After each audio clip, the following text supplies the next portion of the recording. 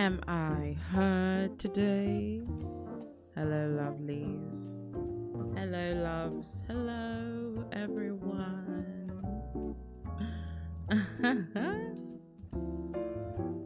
Hey, Lucy. Hi, Biscuit. Thank you for taking first, Biscuit. Wow. Thank you for your daily as well. Thank you for second, Shy, my shy butterfly, my darling Lucy, I love.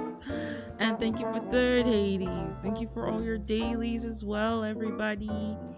Wow. Senti is very disappointed in you all. Fuck you guys for real. Okay, that's crazy. Hi, Lucinia, my love. Hi. So good to see you. It's so good to see you. Hey, Lucy. Hello. Hello. Hello.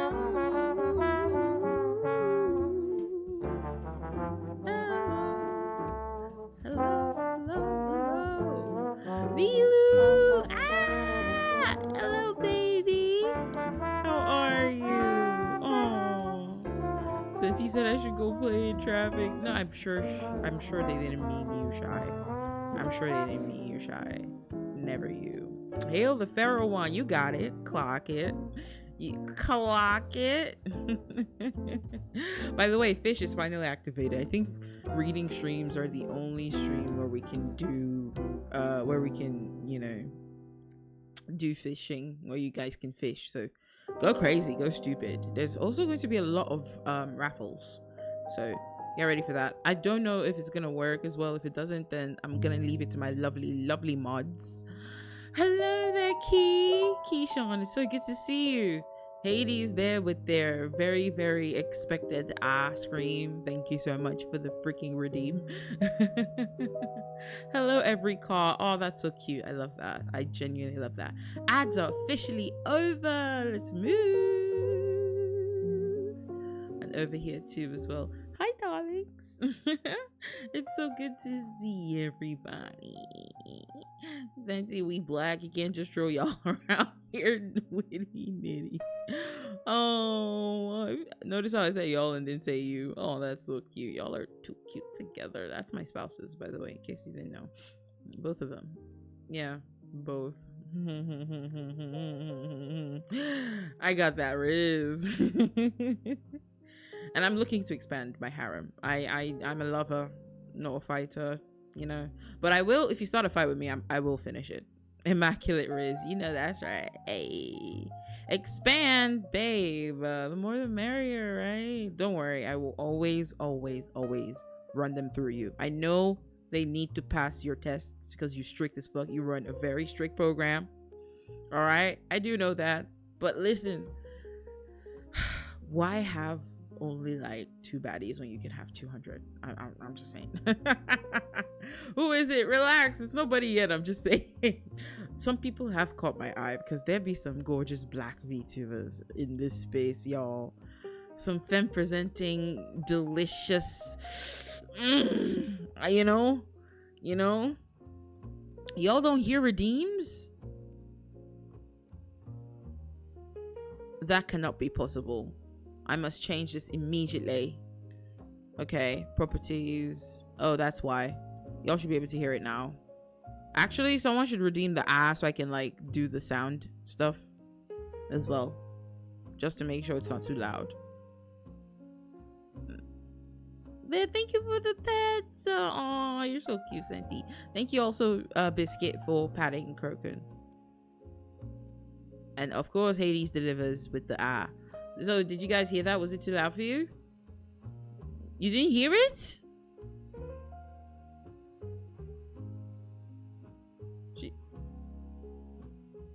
And the blood moon either? You can't hear it either? Thank you for the redeem, by the way. You didn't hear shit? No way. Huh. That's interesting. That's very interesting. I actually don't even know what to do to fix that.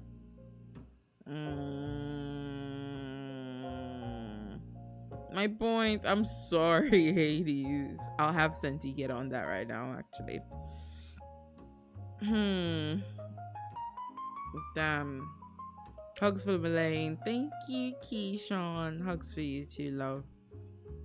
Man, Senti's program is be black and be woke. Yeah, very simple rules to follow, honestly. Very, very simple. The fuck do you think you are, expanding your harem? I'm Sultan. You nerd.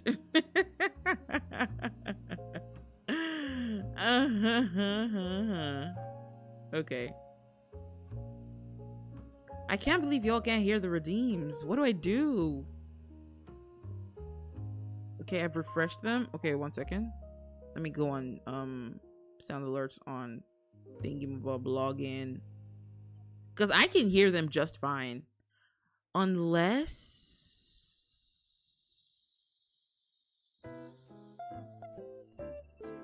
wait, give me a second. I'm gonna fix some shit real quick. Oh my god, there's so much stuff here. Okay. The sound redeems.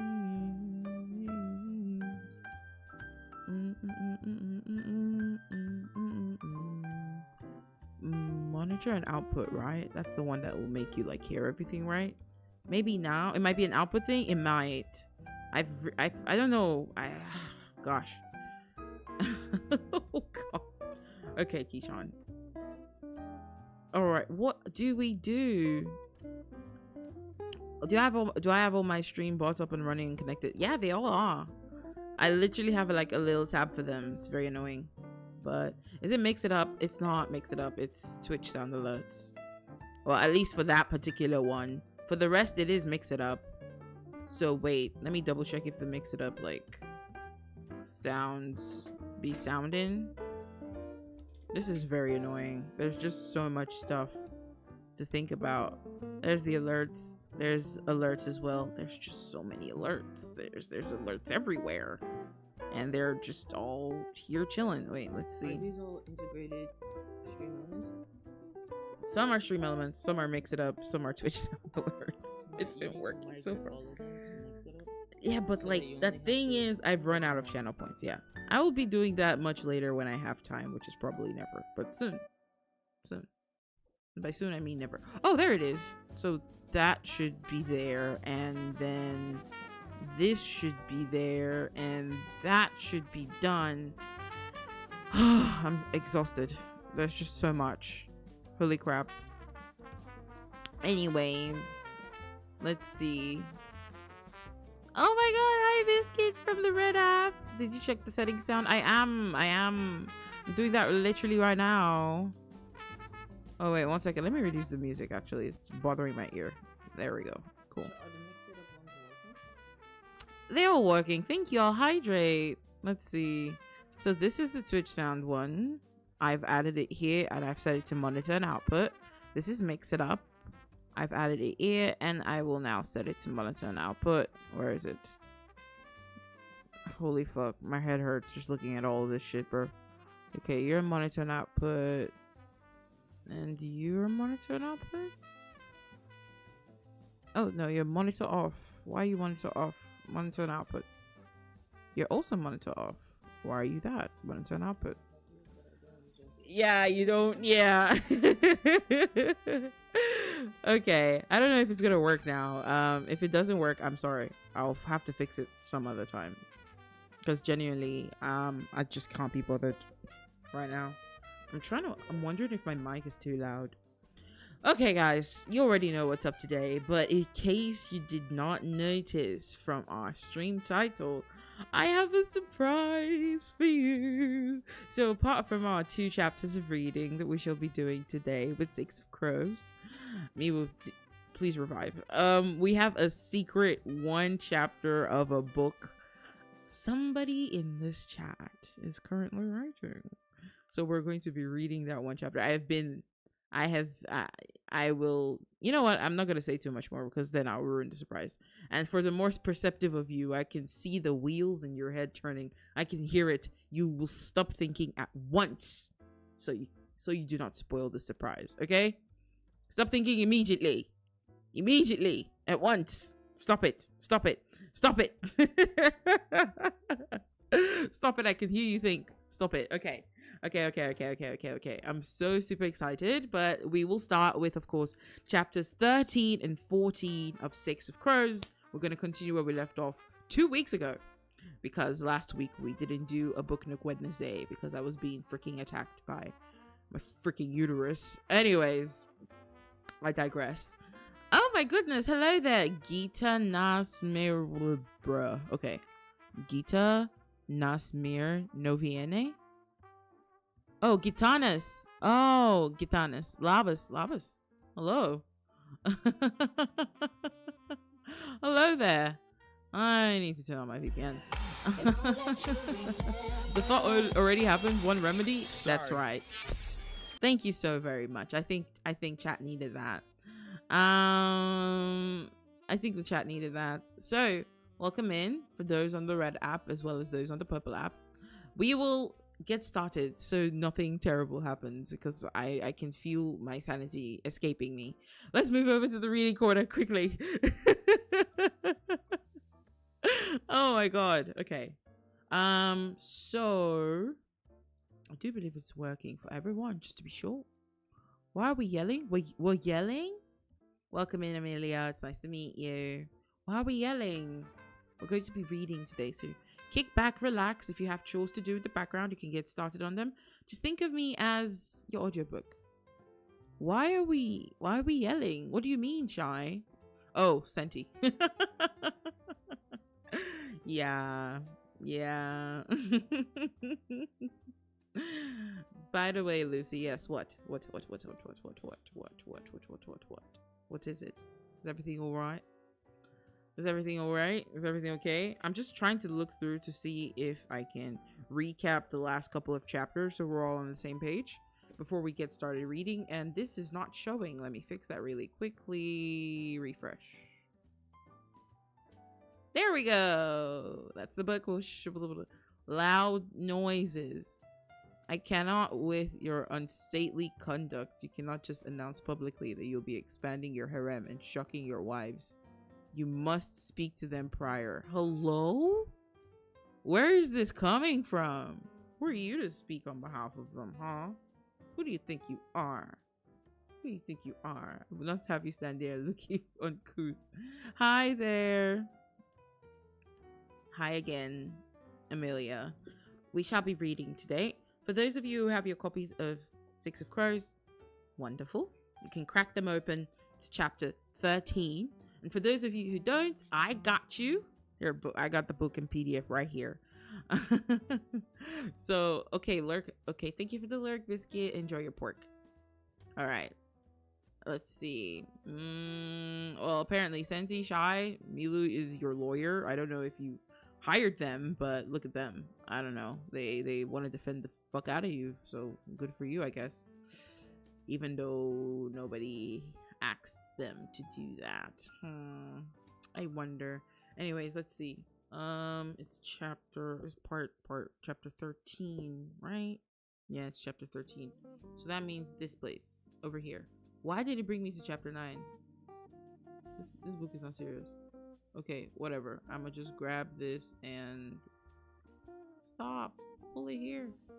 Pull it down. There we go. Okay, almost there. And is this it? Oops. Okay, is this it? Huh. I think this is it. And the crap. Nope, this is not it. Spoilers. Run. Stop doing that. Oh, this is chapter 14. Okay. There we go. Now we're in the right place. There we go. Yay! So this is where we're at. Let's see. Are we ready? Yes, my name is Lucy Amelia. It's nice to meet you. Welcome to the Haven. Alright, everybody get comfy. Let's see what's up. Alright, let's see. Continuation. So, recap from where we last left off. Apparently, they have gotten to the boat that they're going to use to leave Ketterdam Kirch to get started on their ridiculous crazy heist to rescue Boyul Bayor from the Yarden prison, right? before he gets either assassinated or something else, because he has the recipe to Yurda Parem, which is essentially Senti, Joe, whoever has access to the red app. I think we're dealing with a certain, I don't know, sounds like a bot because they keep repeating the same thing. So if you wouldn't mind taking care of that for me, I appreciate it. All right, so let's see. They have gotten to, oh, that's right. You're absolutely correct. How do I make you a mod? I've never even thought of this before. Can you imagine? That's absolutely crazy. All right, give me a second to work this out. I think I like when it rains.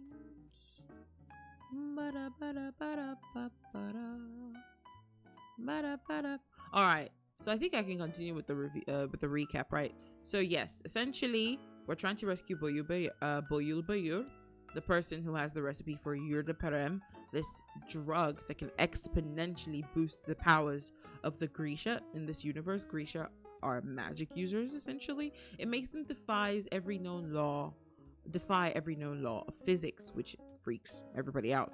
So we have been tasked by a certain councilman to essentially for Kaz to assemble the heist team that will break into the ice court prison in Yerda and break out and rescue Boyul Bayor. So we've come up with a team, Kaz assembled them, and now we are looking at essentially going to the location and starting stuff, but we need a boat out of Rotterdam. Last 2 chapters, the boat was attacked. A couple of people died. May they rest in peace.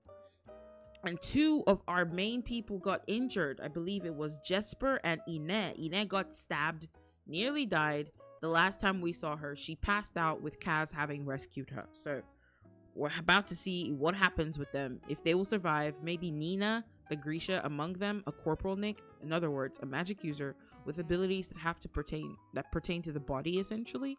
We'll see how she does it. Maybe she is going to heal them. We'll see how that goes. Nobody knows what's gonna happen, but we are all hopeful that it will turn out right. Okay.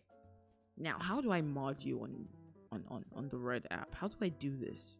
I've never had to do this before in my life, so I have no clue what I'm doing. How does one mod someone over on? Like, how do you do this? Genuine question here. Wait, let me see. God, I forgot that other places had any sort of anything going on. Does anyone have a clue? Because I'm clueless. Let's see. I should invent a chat list. Oh, I'm so sorry. I wasn't reading it. Okay, wait. I'm here. So to mod, you go to your created dashboard, settings, community, and then moderators, and type in our names. Gotcha. Understood. Gomenasai. Sorry. Okay, creator dashboard, settings, community, moderators. Got it. Where's creator dashboard? Uh-oh. We've reached our first problem. Oh, wait. Is that where it is? Is that it? Huh. Where would I find... Oh, never mind. I found it. Okay. And then I go to... settings, community. Almost there.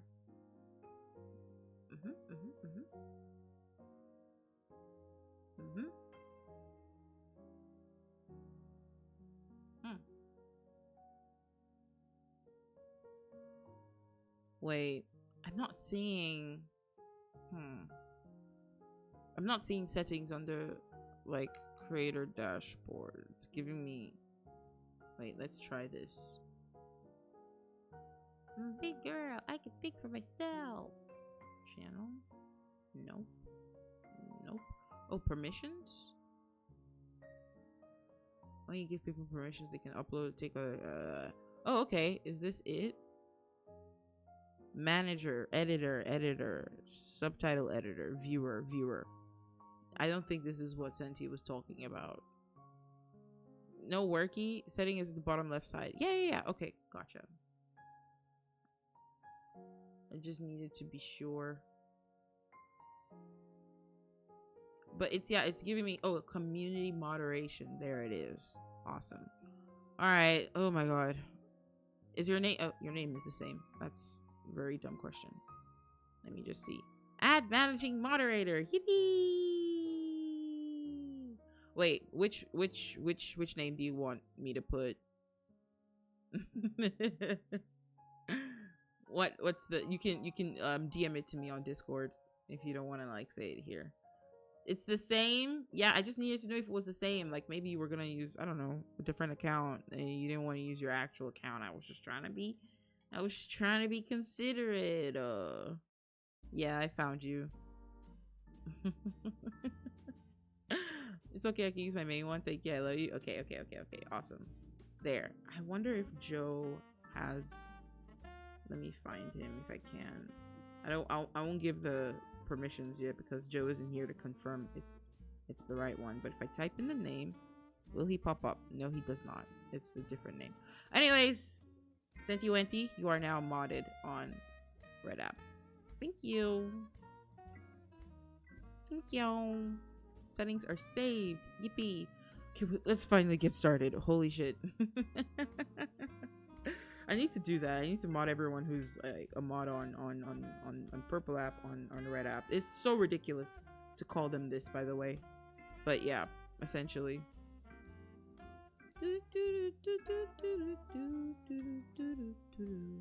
All right, so where were we at? Oh no, I'm sick. Wait a second. Did I send the wrong one?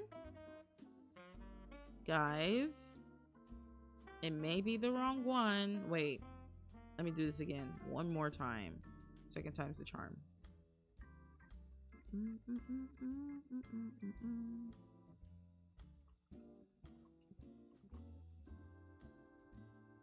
Well, no, that is the right one.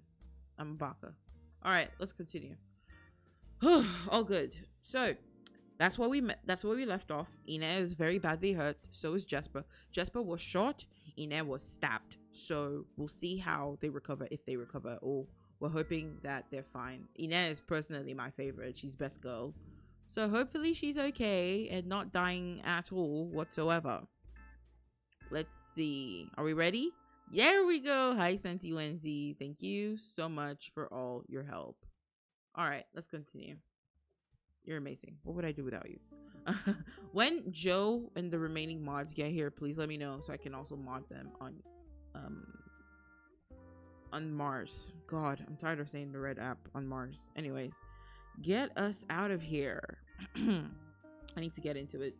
Yes, ma'am.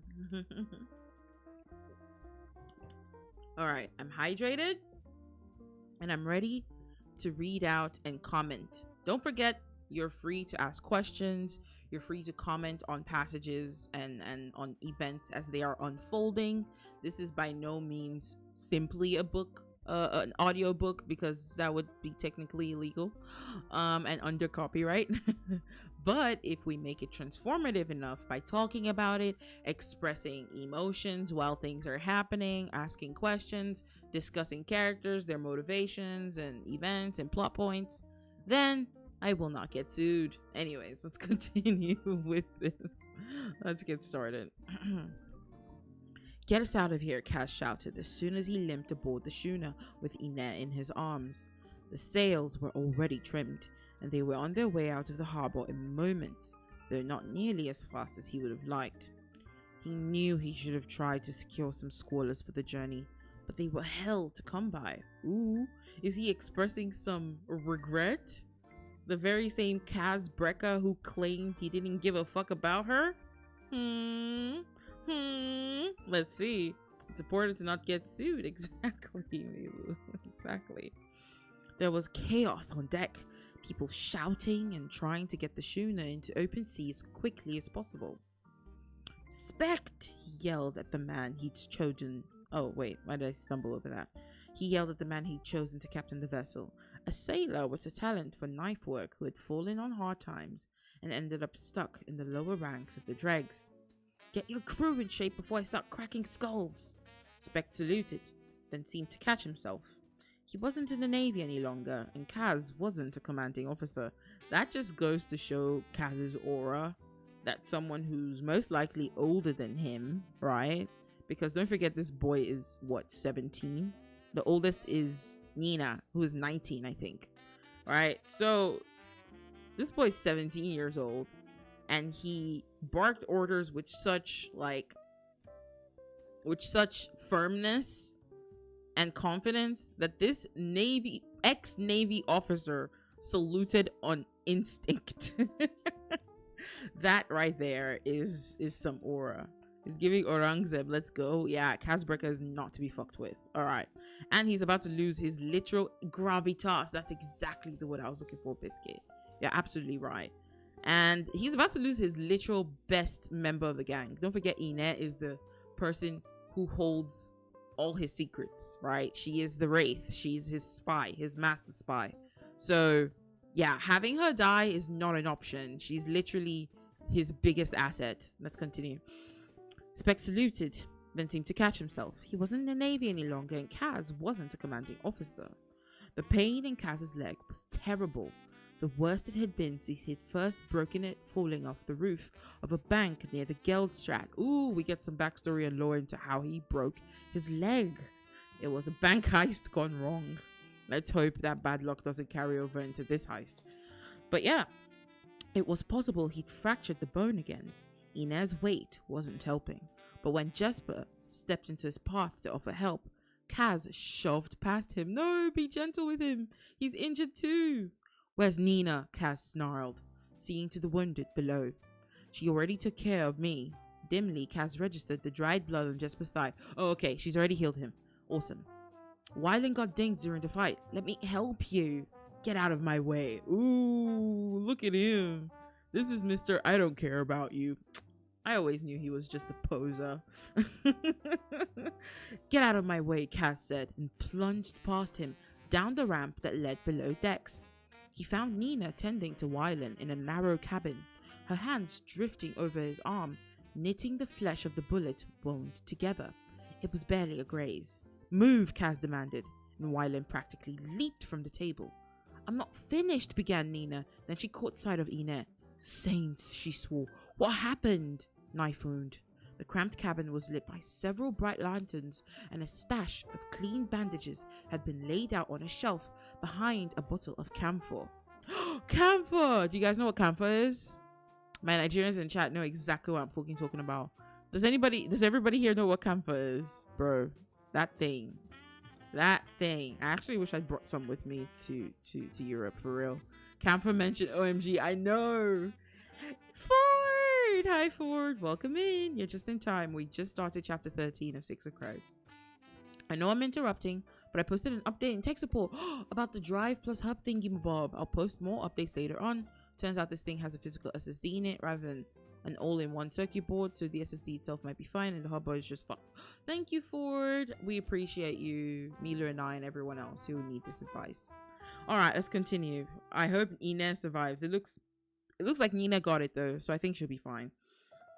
Anyways, gently, Kaz placed Ina on the table that had been bolted to the deck. That's a lot of blood, Nina said on a low breath. Help her.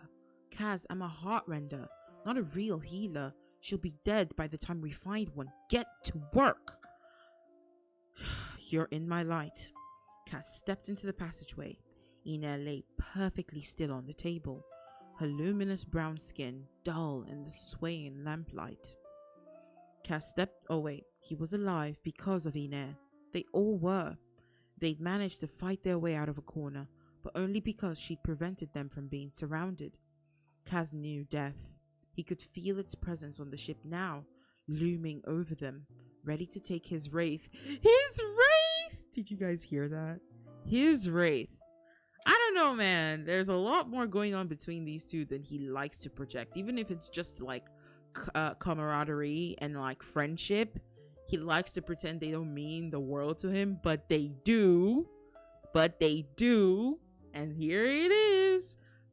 Confronted with the possibility of Inez's death, Kaz Brecker, the immutable, is breaking and cracking under pressure. Joe, welcome in. Do you have a YouTube account? Would you like to be a mod on YouTube? I mean, Mars. What's that? I've never heard of a tube of you before, huh? I'm being ridiculous. Thankfully, I'm not streaming to TikTok today, so I can be a lot more free than I would be otherwise. YouTube, essentially.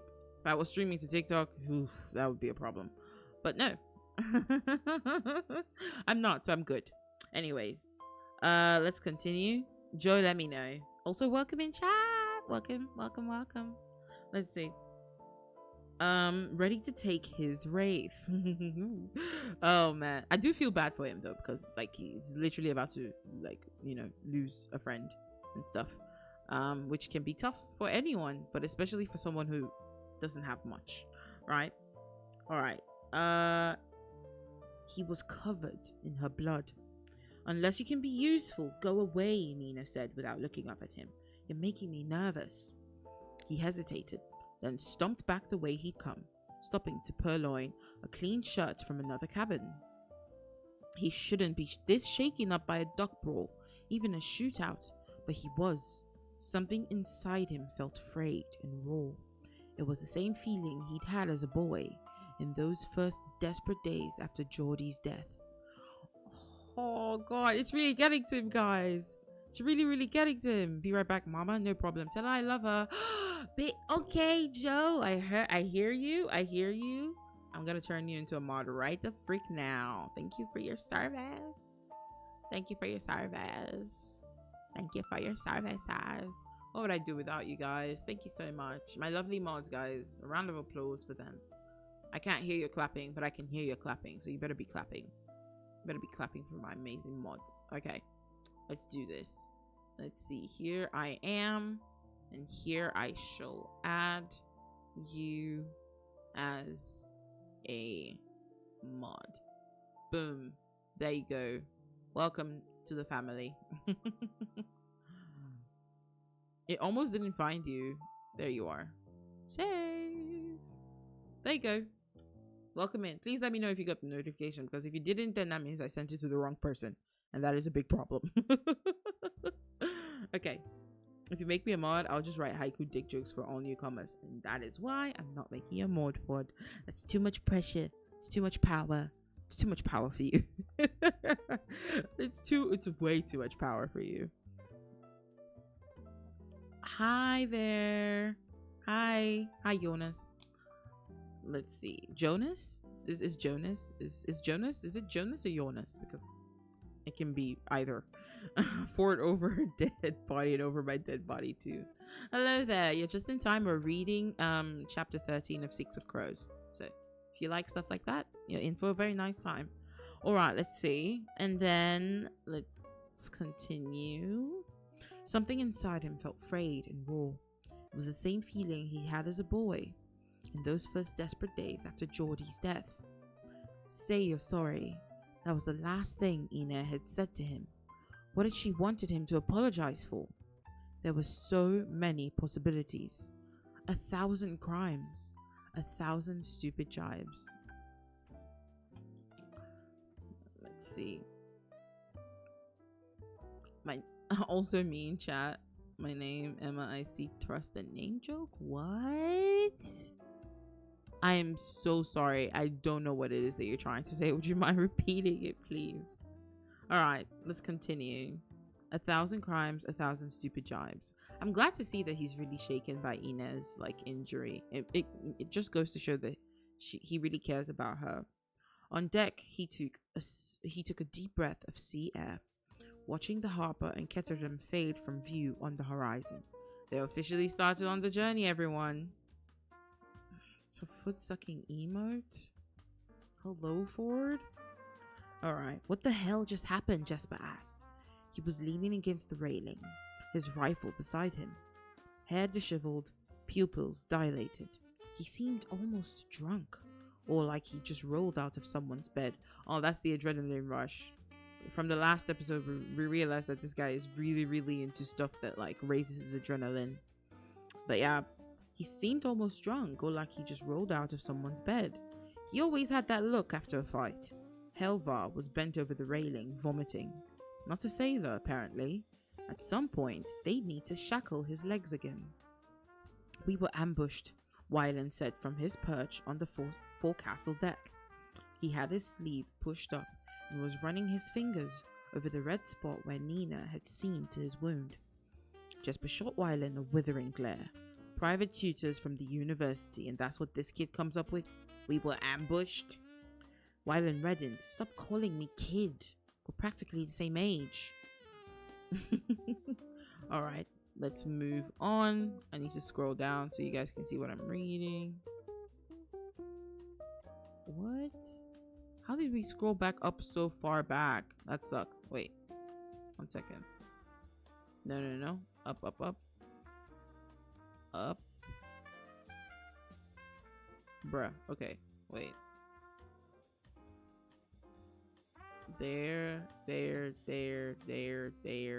Oh, there. I scrolled a bit too far. Alright, what the hell just happened? We were ambushed.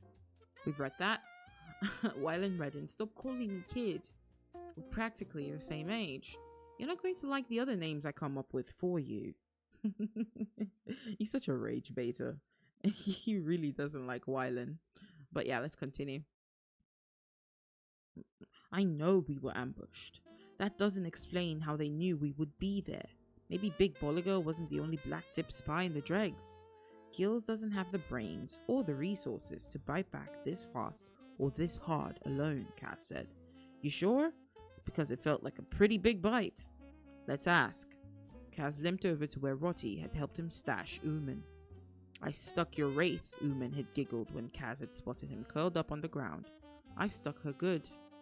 Kaz had glanced at the blood on Ooman's thigh and said, looks like she got you too. But her aim had been off, or Ooman wouldn't have been talking to anyone. He'd knocked the enforcer out and had Rotti retrieve him while he went to find Inet.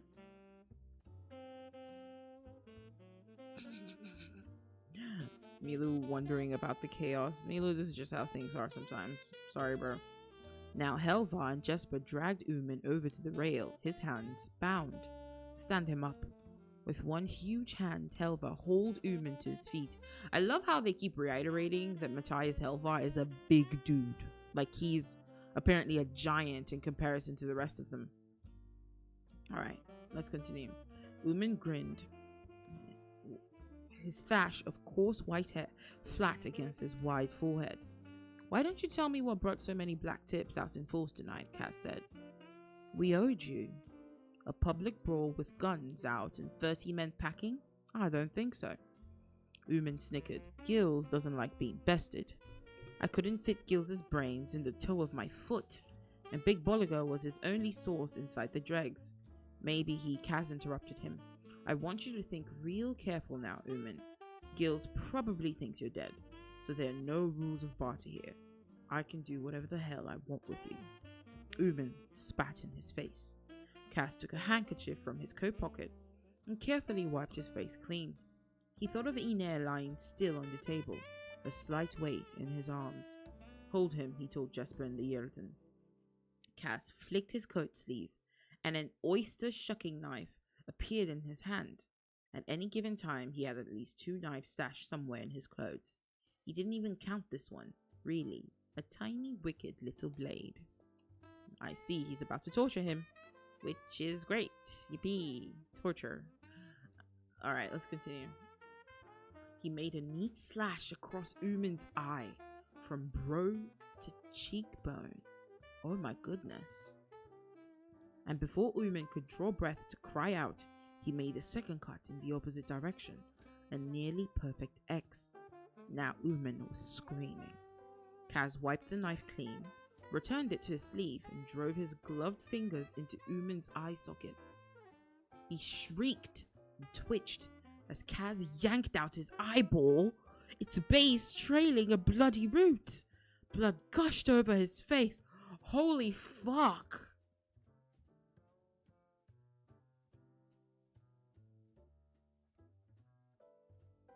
That was brutal and gory and a little scary. He just yanked out this dude's eyeball. Which, damn, this is the guy who claimed he did not care for Ine. You don't care about her, but one person nearly kills her and you yank out his eyeballs? Tell me again with a straight face that you don't care. Bruh, this is why every character that's with their false bragado and their full swagger going on, yeah, I'm not close to anyone. I don't have any attachments. I don't care. One time, the one time she gets hurt, you're about to freaking, you're pulling out all the, like, you're pulling out torture. That's like, okay, let's just continue. Wait, let me get a quick sip of water. Let me get a sip of my water. Okay. Sorry, I like acting ridiculous. Okay, let us continue. What else is there? All right, holy shit. Blood gushed over his face. Kaz heard Wylan retching. He tossed the eyeball overboard and jammed his spit. Thank you for the hydrates, Biscuit. Everybody, you heard Biscuit. Drink some water. All right. He tossed the eyeball overboard and jammed his spit-soaked handkerchief into the socket where Uman's hired. Oh my god. Oh my god. Oh my god. You know how Uman spat on him and he wiped it with his handkerchief? He is now sticking that disgusting handkerchief into the eye socket he just emptied. The pain that Uman must be feeling right now, not to talk of the risk of infection, because I know this guy don't brush his teeth. There's no need for him to. There's no need for him to have good, like, a healthy mouth, like the bacteria. And we all know that the mouth is one of the most bacteria-ridden places in the entirety of the human body. So, yuck. This is all yuck. Yuck. That's all I'm gonna say. Let's continue. Ugh. Ugh. Oh my god. Public toilet type shit. Exactly. Oh my god. He tossed the eyeball overboard and jammed his spit-soaked handkerchief. Holy crap. Sorry. I'm having trouble reading it. His spit-soaked handkerchief into the socket where Uman's eye had been. Then he grabbed Uman's jaw, his gloves leaving red smears on the enforcer's chin.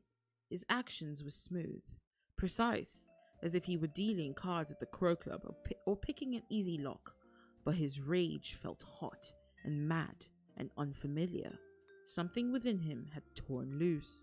Can you imagine? She didn't even die. She just got really, really hurt and, like, is bleeding out. Imagine if she had died. Uman would be like a trail of red mist and guts by now. Like, look at the way he's acting. He's It's so funny because getting to know him over the last 13 chapters, he seems so unfazed by everything. Now he's practically foaming at the mouth and crashing out. It's so funny to see. Listen to me, he hissed. Oh wait, I need to hiss it. Listen to me, he hissed, his face inches from Uman's. You have two choices.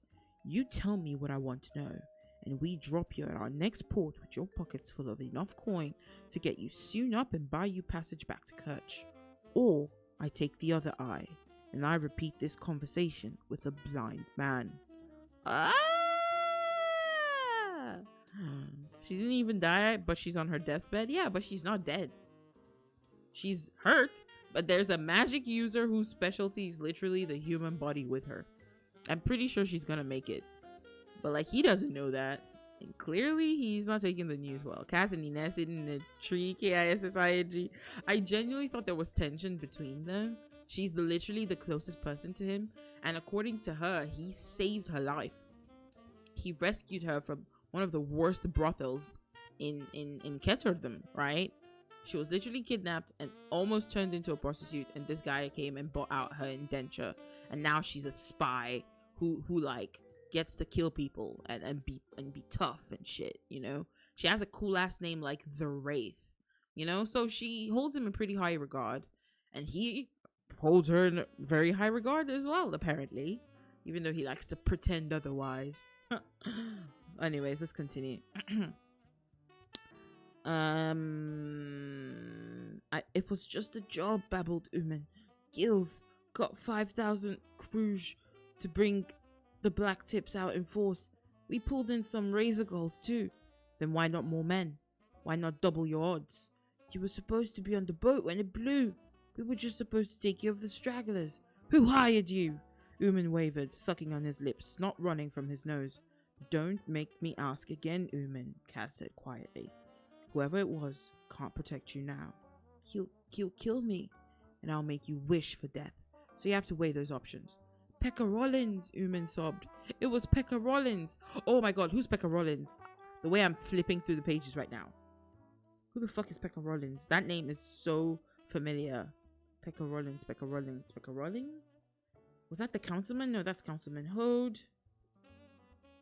I know they're about to tell us who Pekka Rollins is, but because the name is familiar, I refuse to rest until I know who the fuck they are. Pekka Rollins, Pekka Rollins? I remember the name, me too. Who are you, Pekka Rollins? Wait, is that the name of their leader? No, that's Per Haskell. Gosh, I don't know, but shit is getting interesting. Pekka Rollins apparently paid for them to die. Wasn't he the guy who... No, the person who gave him the job was Van Eck. I think Pekka Rollins was the person who... Nah, you know what? Let's figure. That's a name for real. Yeah. Let's just Pekka Rollins. Yeah. It does sound funny, but let's see. But it's not even spelled like that. It's spelled P-E-K-K-A. Wait, let me show you. There it is. See? Pekka Rollins. Oh wait. There's a spelling right here. Wait, right below that. See? Pekka Rollins. I'll see you later. I got to edit. But you haven't... You know what? I'll let you know. Leader of Dime Lions, says Google. Oh yeah, there are some rival gang. Oh yeah. Wait. Let's keep reading. I'm sure the book will let us know. Even through his own shock, Kaz registered the effect of the name on Jesper and Wylan. Helvar didn't know enough to be intimidated. Saints, groaned Jesper. We are so screwed. Is Rollins leading the crew himself? Kaz asked Ooman. What crew? To Yerda. I don't know about no crew. We were just supposed to stop you from getting out of the harbor. I see. I need a medic. Can you take me to a medic now? Of course, said Kaz. Right this way. He took Ooman by the lapels and hoisted him off his feet, bracing his body against the railing. Is he about to throw him off the boat? I'll be back, sweetie. Okay. I'll just have to simmer for the creation process. Okay. Oh my god, I think he's about to throw him off the boat. I told you what you wanted, Ooman screamed, struggling. I did what you asked. Despite Ooman's knobby build, he was deceptively strong. Farm strong, like Jesper. He'd probably grown up in the fields. Kaz leaned in so that no one else could hear it when he said, My wraith would counsel mercy. But thanks to you, she's not here to plead your case. Ooh, he mad. Damn. Without another word, he tipped Ooman into the sea. No, Wylan shouted, leaning over the railing, his face pale, stunned eyes tracking Ooman in the waves. The enforcer's pleas was still audible as his maimed face faded from view. You said if he helped you. Do you want to go over too? Asked Kaz. Wylan took a deep breath as if sucking in courage and sputtered. You wouldn't throw me overboard. You need me. Why do people keep saying that? Maybe, said Kaz, but I'm not in a very rational mood. Jesper set his hand on Wylan's shoulder. Let it go. It's not right, Wylan, Jesper said, giving him a little shake. Maybe your tutors didn't cover this lesson, but you do not argue with a man covered in blood and a knife up his sleeve. That's a good point. Wylan pressed his lips into a thin line. Me for real? Drown that oh my god, Milu. But yeah, that's totally you. Wylan pressed his lips into a thin line. Kaz couldn't tell if the kid was frightened or furious, but he didn't much care. Helva stood silent, sentinel, observing it all, looking seasick green beneath his blonde beard. Kaz turned to Jesper. Fit Helva with some shackles to keep him honest, he said as he headed down below, and get me clean clothes and fresh water. Since when am I your valet? Man with a knife, remember? He said over his shoulder. Oh, yeah, we need to scroll down. We're almost done. Man with a knife, remember? He said over his shoulder. Man with a gun, Jesper called after him. Kaz replied with a time-saving gesture that relied heavily on his middle finger and disappeared below decks. He wanted a hot bath and a bottle of brandy, but he'd settle for being alone and free of the stink of blood for a while. Pekka Rollins. The name rattled through his head like gunfire. It always came back to Pekka Rollins, the man who had taken everything from him, the man who now stood between Kaz and the biggest haul any crew had ever attempted. Would Rollins set someone in his place, or lead the crew to nab Bo Yulbayur himself? Oh, we got a contender. We got a contender. In the dim confines of his cabin, Kaz whispered the words brick by brick. Killing Pekka Rollins had always been tempting, but that wasn't enough. Kaz wanted Rollins brought low. He wanted him to suffer the way Kaz had, the way Geordie had, and snatching 30 million crude right out of Pekka Rollins' grubby hands was a very good way to start. Ina was right. Maybe fate did bother with people like him. And that is the end of chapter 13. It seems we got a little bit of an insight into the backstory of Kaz and his trauma. Geordie was his brother, who we assumed was killed some way, somehow. And I think it has something to do with Pekka Rollins. He seems to be a huge rival of Kaz, which is a big deal, considering Kaz runs a very tight ship. He runs a strict program. Ironically, I have a 7-inch blade on my hip right now, so I identify with this man. Forward. Is that a warning? Or is that a threat? All right, we're done with chapter 13. What did we think? What did we think? Quick break. Let me catch my breath. Let me drink some water. So, how was that? A whole chapter dedicated to proving that this person is not happy with Inez's injury. I'm gonna try something I've never tried in my entire time streaming. I'm gonna switch on my VPN. If stream dies, I apologize in advance, but if it doesn't, it's a W. It's a W. Might be a promise, not gonna lie. I don't know, man. But with Ford is quite chaotic. Don't look at me like that. Tell you what, I'll get you one too, then we can be knife buddies. Actually, that doesn't sound very bad. I do like sharp things. I actually have a really cool sword IRL. Senti, that just made you so much cooler. Uh-oh. What? Is stream dying? If stream is dying, I will take care of it. Is it not dying? Is it good? Is it fine? Can you tell? You know what? Let's cancel this. I don't want to risk stream dying. All right.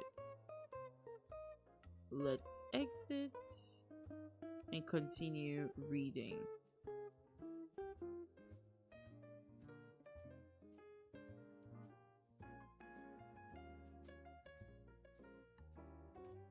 Oh, I got scared real quick. All right. I'm gonna quickly go double check on the Twitch. Am I still live, y'all? Am I alive? Do I live? I think so. It feels that way, but I could be wrong. So let me just quickly double check right here because I'm scared. It was juicy.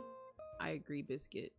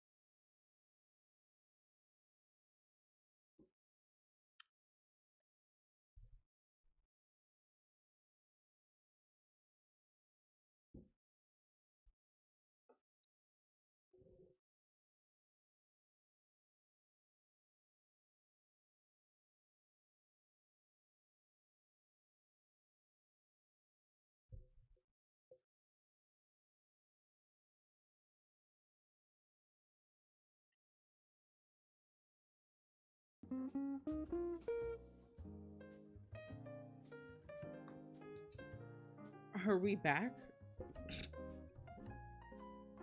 That was interesting. That was interesting. Very annoying. Very interesting. I had to shut down my entire system. Everything just froze. Like, literally everything. Every single app. Oh, look. My YouTube studio is still frozen. 1 second, everybody. 1 quick second. Okay.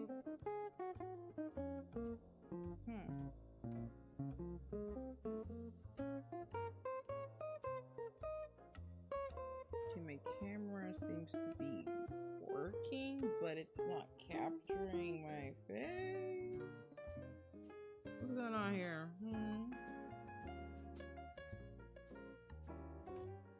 What's going on here?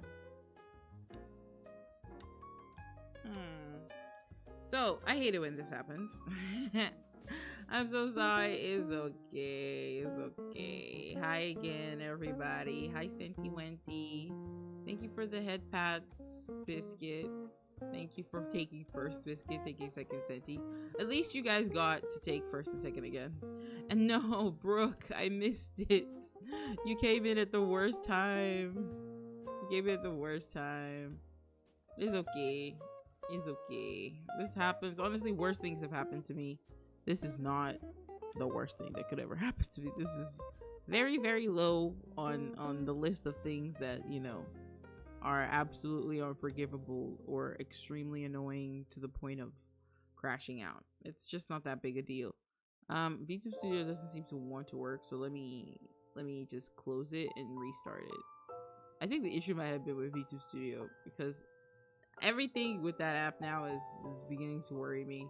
But I did start having a lot more problems ever since I switched to OBS, so it's gonna take me some while to get back to a sense of equilibrium because I had mastered Prism, but Prism is the baby version of OBS. There, I'm moving now. I'm moving again. Hi, I'm back. Prism is the baby version of OBS. Prism ain't shit. Let's be real, okay? All right, let's bring back our reading. We got one more chapter before I have my special surprise for you. How is this your fault? Hello? What are you talking about? A minor inconvenience in the grand scheme of things. Why is it your fault? Senti? What? I'm confused now. What are you taking responsibility for this? Because of what? OBS equals O? Bullshit. No. I keep gooning for OBS and I peer pressure. No, listen. I need you to understand something. I have wanted to go with OBS from the very beginning. The only reason I went with Prism was because their multi-streaming feature was free at the time. I didn't need anything else. I just needed to connect my accounts and I could multi-stream as much as I wanted. They put that behind the paywall. From then, I wanted to leave because that was the only reason I chose them, this relatively brand new app, over OBS that is decentralized and open source and has been around since the dawn of time. So has all sorts of plugins, has all sorts of like everything for it, okay? So straight up, it's not like literally, I'll tell you the truth, and I mean it in the kindest way possible. It's got nothing to do with you, okay? It is not your fault, so you must immediately, because Senti held the gun to your head. Stop this kid. So you must immediately cease all of that shit, because it's not your fault. I need you to understand that immediately, right the fuck now, that you are good. You are fine. I don't blame you even a little bit. You're fully good, okay? All right, let me scroll. I think we're in chapter 14 now. Alright, it's not your fault at all. I've been wanting to leave Prism for a long ass time because they literally, the only thing that's better about them is their UI is easier and they had multi-streaming. That was it. That was it. Oh, and maybe it's easier to, like, you know, vertical stream with them or something. I don't know. I don't remember. But actually it's not, because like they don't have the thingamabob with TikTok that SE Live has. But anyways, the point is they were already cooked. From that moment that they put their shit behind a paywall, I didn't want them anymore. I cannot add yet another subscription to my life. So I was already looking for a way to leave. I was already wanting to move to OBS. I was just lazy, right? So please don't make yourself feel bad. It's okay. It's not your fault. Not even close. Not even close. Okay? Don't tag facetious. Really? I'm sorry. Please stop apologizing. You're not at fault here. I come back and see something about Cindy holding a gun. It's Biscuit just being funny in an unfunny way. What Lucy said, or else I'll start gnawing on ankles. Exactly. You didn't do shit. You're fine. You're fine. I was almost outside, not gonna lie. I'm almost back though. Okay, thank you for the lurkies, Joe. Thank you for the lurkies. Hurry up, big hit. The sibling energy with y'all is strong, bro. I tied a slash, but it kept saying command not recognized. What? What do you mean? You tied a slash? I'm so confused. Sorry, I'm just really confused, everybody. Also, Senti OBS has literally crashed for everyone. Yes. Listen, I don't even think it's OBS's fault because I have a setting for my kbps, for my what's it called again? For my bitrate. I forgot what I did.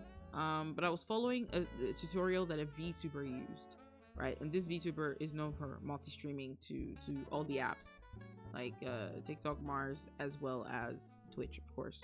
So I just followed what they said directly, but they did mention that it was better to do those settings if your PC was a behemoth monster.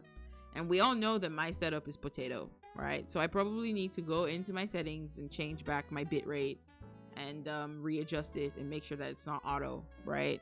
So you are literally not the problem. I know exactly what the issue is, and I'll just have to look into it and do a little bit more research on my side. So you're good, sweetie. You're good. I need you to absolve yourself of all blame immediately, or else I will begin to enter dreams and turn them into nightmares. Okay?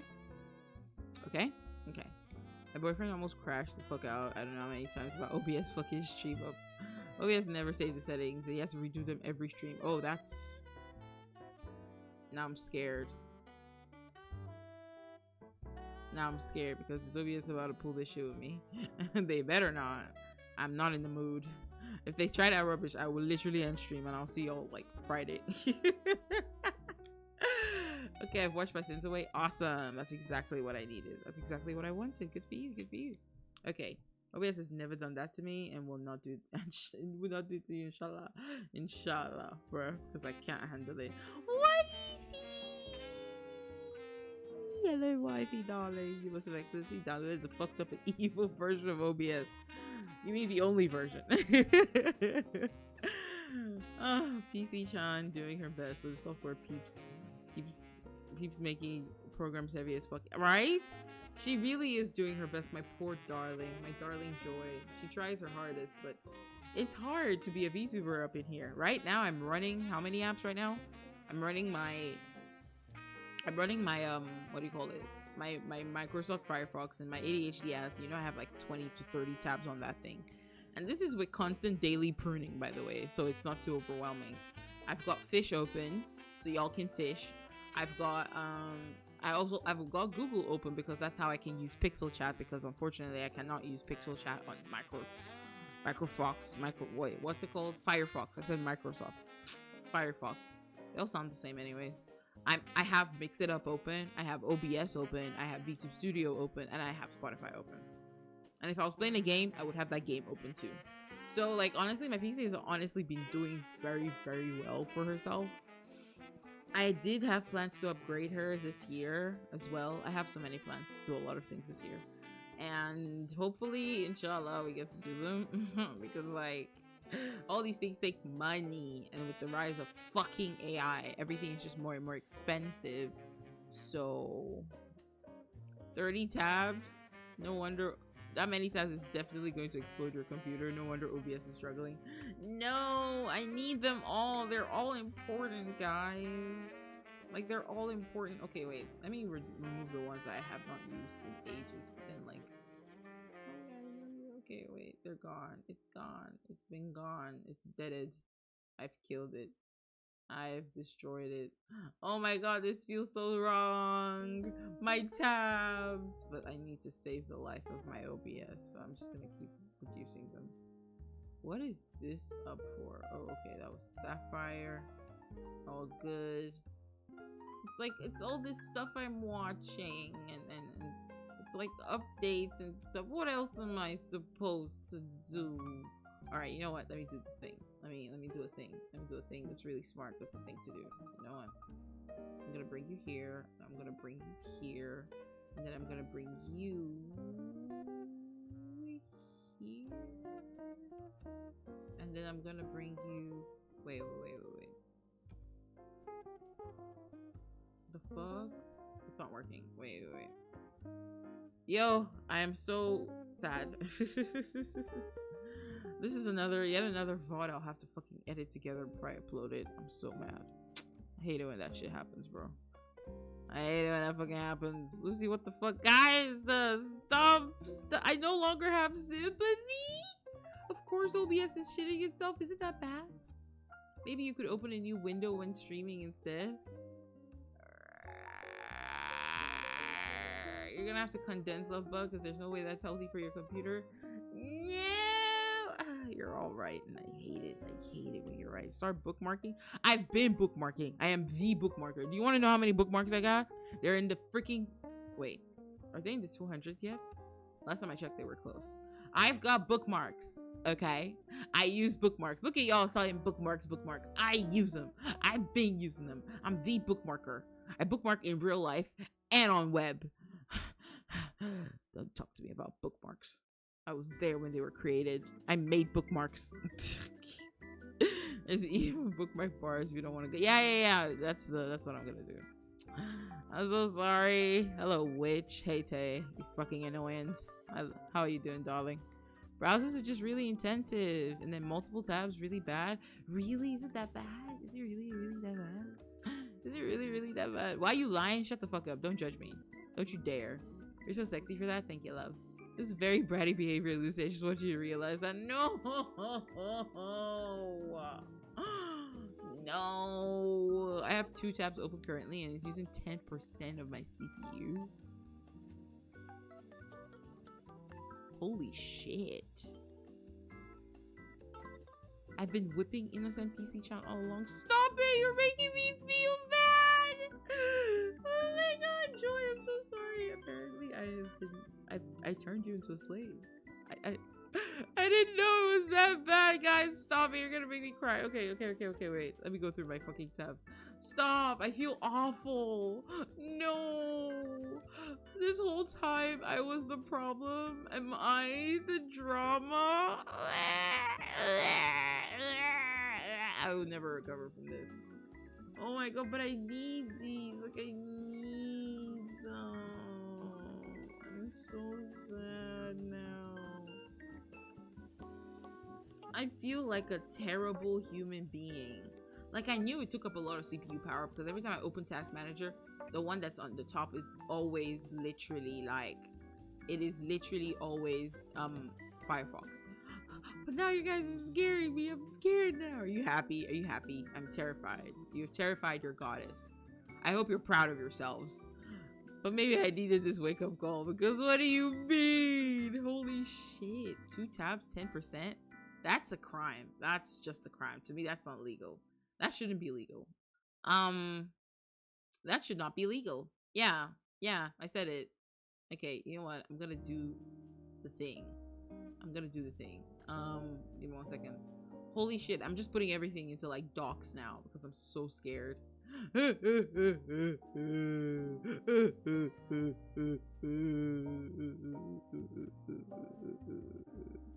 It's not like common knowledge you're fine, but I don't feel fine. I don't. And this is Lucy Brat error incoming, stop. And this is Firefox, not even Chrome, which is known for guzzling RAM and CPU. Firefox is running for CPU? I only switched to it because they said privacy first, and then they switched up. So now they're not even like worth it anymore. Oh, I'm so sick. Any more bullying, Lucy? You have to get whipped by me. Oh my god, Senti, you're so hot for that. Yeah, but I need to. was about to say I need to be punished, but I don't want to say that to y'all because you'll get freaked up. I do need a wake-up call though, because this is news to me. Like, I knew it was bad, but I didn't know it was this bad. So now I'm like, actively, stop it. Stop it, Setsi. Punished, you say, I'll see you after stream. You can tutor me. Okay, stop. Gosh, I need to pay attention. Okay, I'm done, I promise. You can never be the problem. Thank you, that day. It's not like it's common knowledge. Thank you. 13 whippings during Black History Month is a little crazy. Maybe. But that's what love does to you. You go a little crazy. Have mercy on PC John. Stop Biscuit! I feel so bad. My poor PC. I will say I use Brave and haven't had as many issues in regards to my browser running on my PC. But like, is Brave privacy conscious? And is it easy to like migrate all my bookmarks? Because I have a lot of bookmarks. Losing these noises, please. I'm just feeling bad. Chrome is known for guzzling RAM and CPU. Firefox a bit less so. Oh, okay. Maybe try Opera. I've heard a lot about Opera. Opera GX, yeah. Punished with head pads. Aw, thank you, Biscuit. I love her saying stop as if she didn't start this. No! It was a crime of ignorance. I didn't know. Well, I did know. I just didn't know, like, enough, you know. It's a Chrome browser, so only to an extent. Most browsers are not really privacy conscious, even when they claim to be. Of course they're not. Opera is worse. I use Vivaldi right now, which is kind of just Firefox, but without the AI shits. Holy, I'm genuinely so mad. I'm tired of AI. Can we kill it with fire already? I'm so sick.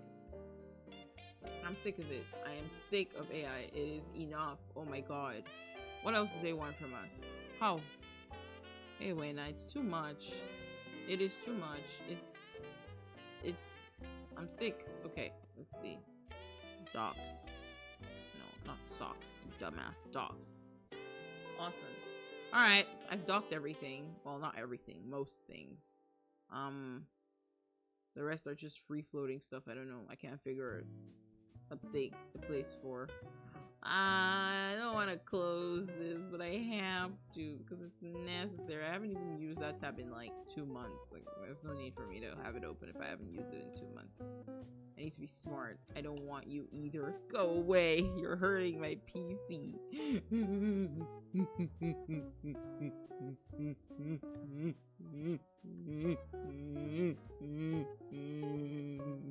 Okay, everything's safe now.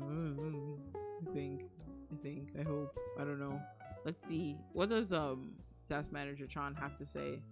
I can't believe this. This whole time I've been hurting my poor baby. The only baby that I have. My first baby. Well, my first baby is Milu. But, oh my god. Okay. So, I'm checking. Ah! Why are you using... Oh, it went from 2.5% to 1.2. Oh, now it's 1.3. Oh my god. You guys were right. That shit was guzzling my memory. Even now, it's still wavering to 8.3%, 7.7, 3.6. Why does it keep changing? What's happening? I'm genuinely confused. Wait, let me do this. Now what? I've minimized the entire thing. Back to 1.3. Oh my god. Oh my god. Holy shit. Edge gonna make a comeback for real? Only if they have something better to offer. Otherwise, they're just as useless as the rest of them. Oh my god, and it's even in efficiency mode. Both this and Chrome. And I have to use Chrome because it's the only way I can access Pixel Chat. I'm so mad at everything right now. I'm so mad. They're taking up the most resources. They're browsers. How come my apps are taking less fucking resources? How come VTube Studio is being less of a nuisance than you? That's ridiculous. That is ridiculous. Oh my god, having to consciously type net minus A after everything so aggravating, go away. I know, right? 2.5 hours and I can leave this hellhole. Oh my god, that does sound like a long time. I'm glad you learned this now. Me too. Browsers are just like that? Well, that's inefficient as fuck. They should optimize that shit. That's bullshit. It's back to, it's wavering now between 0.8 to at least, to like the highest it's going is 2.4. Before the highest it was going was 8.8. So 8.8% of my CPU in memory. So at least now it's chill. Thank you for educating me. Oh my god. That, I'm so mad. All right, I'm gonna get rid of text manager now. Holy shit. Thank you guys. It is. I'm so ready to go home. I didn't even go on lunch today, so it feels much longer. Oh, I feel shy. And I think soon I might even be relating. Like, guys, the job search is going well. I'm not gonna lie. I've gotten lots. I'm right now, I'm in the middle of 3 offers. In fact, one place expects me to start working immediately. I had the interview the very same day they offered me the job. The problem is I don't really want to work for them. And the reason was, apart from the fact that the CEO is someone I knew from my first employer, my first company, and he kind of makes me uncomfy. Also the fact that they want me to come to the office every single day of the week, which is a no-no for me because I've been a remote worker for the last 3 years. So to go from remote working to going every day in the office, and it's not like you make it worth my while. You're just paying me the exact same salary I'm receiving where I'm at right now anyways. Well, where I'm at, but technically I'm unemployed. But it just doesn't feel worth it. Like, so the second company, or the second one that I'm currently in talks with, they were like, oh yeah, you don't have to come into the office except during onboarding. After that, you can work from wherever you like. It's also the same salary. I was considering them, so I was waiting for them. The problem was their stupid ass recruitment process took 16 years for some reason. 2 interviews, 1 takeaway home task, and 1 phone call. Like, it was too much. Just tell me yes or no over the course of 2-3 weeks. Just especially compared to this other job that literally gave me the job on the same day as I had the first interview, by the way. And then there was one that recruited me. I didn't apply for them at all. They just found me on LinkedIn and they were like, hey, you sound perfect for the position, do you want to work for us? And I was like, that depends, what are your specs? And they let me know, and I wasn't really feeling it. I had the interview and then they dropped the salary and I was like, oh. The problem is they also, yeah, headhunted. Slay. Thank you. The headhunting has been happening for the last 1.5 years, so it definitely is like the higher you climb the corporate ladder, the more in demand you are, especially now that AI is taking over everything. But yeah. So I essentially, the problem with this newest one that offered me the position and headhunted me, and the salary is nice, is the problem is they also want me to come in every single day of the week, like not unfailingly. There's no such thing as a hybrid model or a remote model, and I'm like, the money makes me really don't care like at all. The problem though is, of course, it will affect my streaming hours, right? It will definitely, most definitely affect it, right? I'm not used to going to the office every single day, so I don't know, it's gonna be a huge adjustment for me. I might have to go on hiatus for the first couple of months just to adjust, and I might have to just, I would definitely be cutting down on the amount of streaming days and stuff, and I wouldn't even be able to do as much in the meantime. So editing, making YouTube videos, doing covers, all of that will probably also reduce. But it's not like I'm uploading covers right now, to be honest. I should get on that. I keep forgetting. But yeah, so the job search is going well. The problem is the choices. So okay, you're too busy mining Bitcoin off of our devices for real. You're so right. I forgot Bitcoin is even still a thing. Same.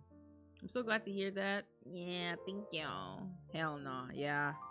Office every day just sounds so tiring. But thankfully, the office isn't too far. So it's actually looking good. The salary is worth it. yes, I have to come to the office every day, but you're paying me this much, and the office isn't a crazy commute. So it's like, if y'all are serious about me because you headhunted me, I didn't like apply for this job. So if I end up being chosen, because I'm pretty sure I'm not the only one they headhunted, but if I end up being chosen, I might go for it. I might go for it. Yeah, I am on a time crunch though. I have a limited time to start a new job before I get in trouble with the migration department. So hopefully they can quicken it up a bit and stuff.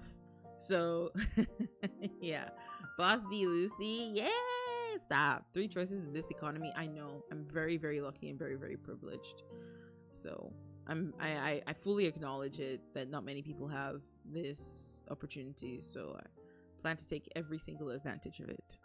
But at least with that salary, I'll easily pay for like, at least y'all will be eating good. Like, I might not stream often, but when I stream, y'all will be happy with it because I'll be able to pay for so much stuff, and I'll be able to support you guys. I just will hop into your chats and be like, huh, take 5 gifted. Mommy can afford it. Okay, I'll stop. Oh my god. I'm feeling like an underachieving, jealous husband right now. I'm truly a man for real. Stop. Don't say that about yourself. It's okay to like want to aspire and be inspired. Listen, you're just being inspired, okay? Lovely. A little jealousy is not a terrible thing as long as it pushes you into positive actions. Alright? As long as it motivates you and it inspires you to just want better for yourself and be ambitious and do better for yourself and all of that shit. Also, it's like, we're talking almost 5 years of like employment in the exact same career, so that tends to build up after a while. Why does your previous employer wait, what the fuck, I can't read. When does your previous employer unpaid employment end? Early March. Yeah, so it needs to happen this week, unfailingly. So early March is when it's over, essentially. Ads in 3 minutes. Yeah, we're gonna break for, in fact, I'm gonna make you run early. We're gonna do some worms on stream. Hi, thank you for the, oh my god, thank you for the daily offering and the head pats, Sleepy Phelan. Wait, did Mix It Up not, huh? Are the head packs not working, or am I tripping? Praying for your swift ascension to CEO. Oh god, I don't know if I want that. I don't want, like, do you know that I purposefully delayed getting a promotion at my 2 previous employers for various reasons, but most of all because I didn't want the extra responsibility. I couldn't handle being a CEO. Ugh. Hello, Sleepy. Hello, Phelan. Sleepy Phelan.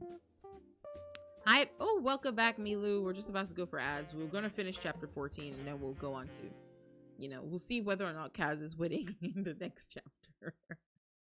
You didn't miss anything, incidentally. Actually, stream crashed after you left, so I'm blaming you. I'm kidding. You can be my CEO. Stop. Oh, goodness gracious. They're not working for real. This is a problem I must solve immediately. I'm so sorry. Your poor points, Phelan. Please give Phelan their points back. Give me a second. Did he drown more people? We haven't read it yet, so we don't know. Stream crashed? Well, it didn't crash, but I had to shut down my PC because everything froze. So technically, I guess it crashed, sort of, kind of. I don't know. Okay, accounts. My Twitch is connected, and so is my YouTube. Let's go to services. And then let's talk about OBS test connection. Okay, successful. Overlays, test connection. Oh, that didn't work. Where's the overlay? Why is it not working? What's wrong with you, Queen? What do you need? What I gotta do? Add a browser source in your streaming software. I'll just, okay, fine. You know what? I'll do it again. Okay. Let me refresh it. Let's test the connection again.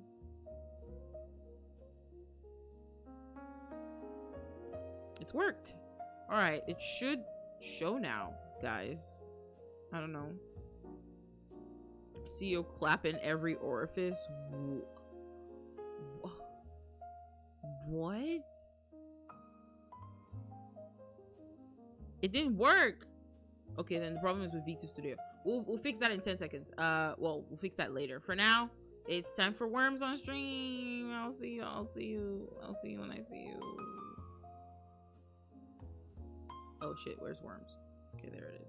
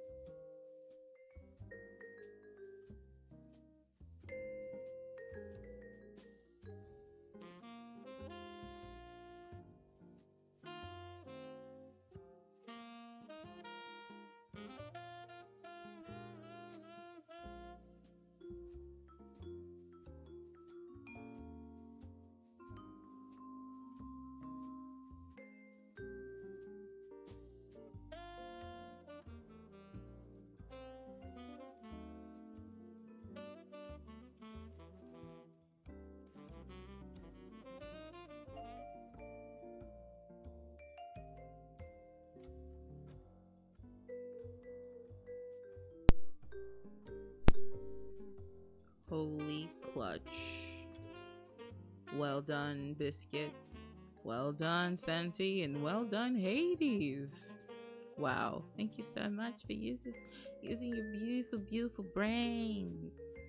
You did great. I'm very proud. I'm very impressed. Very, very impressed. Alright, we shall get right back to what we were doing. And we'll actually read this time, I swear, I promise. I swear. Alright, let's see. Alright, we got one more chapter, and then we got the special chapter, and then we'll see, you know. By the way, can we give trinkets back to those who lost them, like Hades and I know, darling, I know you said that you just like doing them. By the way, I'm talking to Phelan. Thank you. I appreciate it. Still, I would like to not rob you of points. I tested it while you were doing worms on stream, and I have a feeling that it's fine now. Hopefully. I can't guarantee it though. I'm just hoping that, you know, it's fine now and works well. So we shall see. I don't know. We'll see. My brain is beautiful because it's shiny like a pool ball. Okay, darling. Whatever you say, my love. Maybe I'm what my classmates call me a grandma. Your classmates call you grandma? Lamau. Oh no. Hades. That's not what I meant. I didn't mean like the points they just lost in the gambling. I mean points they lose to, you know, activating redeems, right? And the redeem's not working. That's the only time I'm gonna ask you to help them with their points, with their trinkets. Otherwise, like if you go in and gamble and you lose your points, I'm sorry, but I can't help you. Yeah, I think she means the redeem points. Yes. Yes, I mean the redeem points. Your second oldest in your class? Ooh. Damn. I see. Alright, guys. Chapter 14 from Nina's perspective. And then we're done with 6 of Crows for today. I'm gonna take a slurp of water. Good slurp. In the cramped little surgeon's cabin, Nina tried to put Inez's body back together, but she hadn't been trained for this type of work. For the first 2 years of their education in Ravka's capital, all Grisha Korporaki studied together, took the same classes, performed the same autopsies, but then their training diverged. Healers learned the intricate work of healing wounds, while heartrenders became soldiers, experts at doing damage, not undoing it. It was a different way of thinking about what was essentially the same power. But the living asked more of you than the dead. A killing stroke took decision, clarity of intent. Healing was slow, deliberate. A rhythm that required thoughtful study of each small choice. Is it just me or is the music too loud? 1 second. Let me fix this. Shut your bitch ass up. Thank you. Alright. Yeah, maybe gamble trinkets and stream trinkets should have different names. Yeah, you're right. Maybe they should. I just called everything trinkets because they were like, name your points. And I was like, trinkets, duh. They're crows. They're corvids. They collect trinkets. This their trinkets. It's Trinketville. Okay. Maybe I'll call the other one trinkets, but with a Z instead of an S. I don't know. It's funny because I can be very creative and original, and sometimes I'm just not. I run out of juice. Okay. Let's continue. Yeah. The job she'd done for Kaz over the last year helped, and in a way, so had her work carefully altering moods and tailoring faces at the White Rose. But looking down at Inez, Nina wished her own school training hadn't been so abbreviated. The Rafkan Civil War had erupted when she was still a student at the Little Palace, and she and her classmates had been forced to go into hiding. When the fighting had ended and the dust had settled, King Nikolai had been anxious to get the few remaining Grisha soldiers trained and in the field. So Nina had spent only 6 months in advanced classes before she'd been sent out on her first mission. At the time, she'd been thrilled. Now she would have been grateful for even another week of school. Damn. Yeah. Eggs? Ooh. You want me to call them eggs? I think. But doesn't that sound like. Wait, if y'all are gambling eggs, doesn't that mean you're technically gambling yourselves, like each other? Because you are corvids, you know? I don't know, I'm just having ideas. That is a pretty good idea. Maybe that's the one I use as like the redeems, you know. But eggs, I don't know, eggs. I don't know. It's smart, especially considering the alerts I'm currently having this artist make. We'll see. We'll see. We'll see. Gambling our babies, exactly. Like I don't know, bro. I'm not. I don't know. I don't want to push that narrative. If you know what I'm saying. If you know what I mean, you know what I mean. Yick, yick. If you know, you know. That's how I say it out loud, right? By the way. I don't go if you know, you know. I just go yick, yick. And if you know, you know. If you know what I'm talking about, you know what I'm talking about. Otherwise, I'm sorry, but I cannot help you.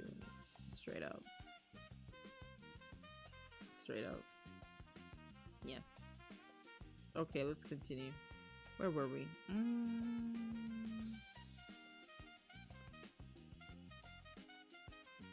Okay. Alright. Ina was lithe, all muscle and fine bones. You have never once said yick yick. Not to you. I say it in my head all the time. Do you know my brain? Are you inside my head?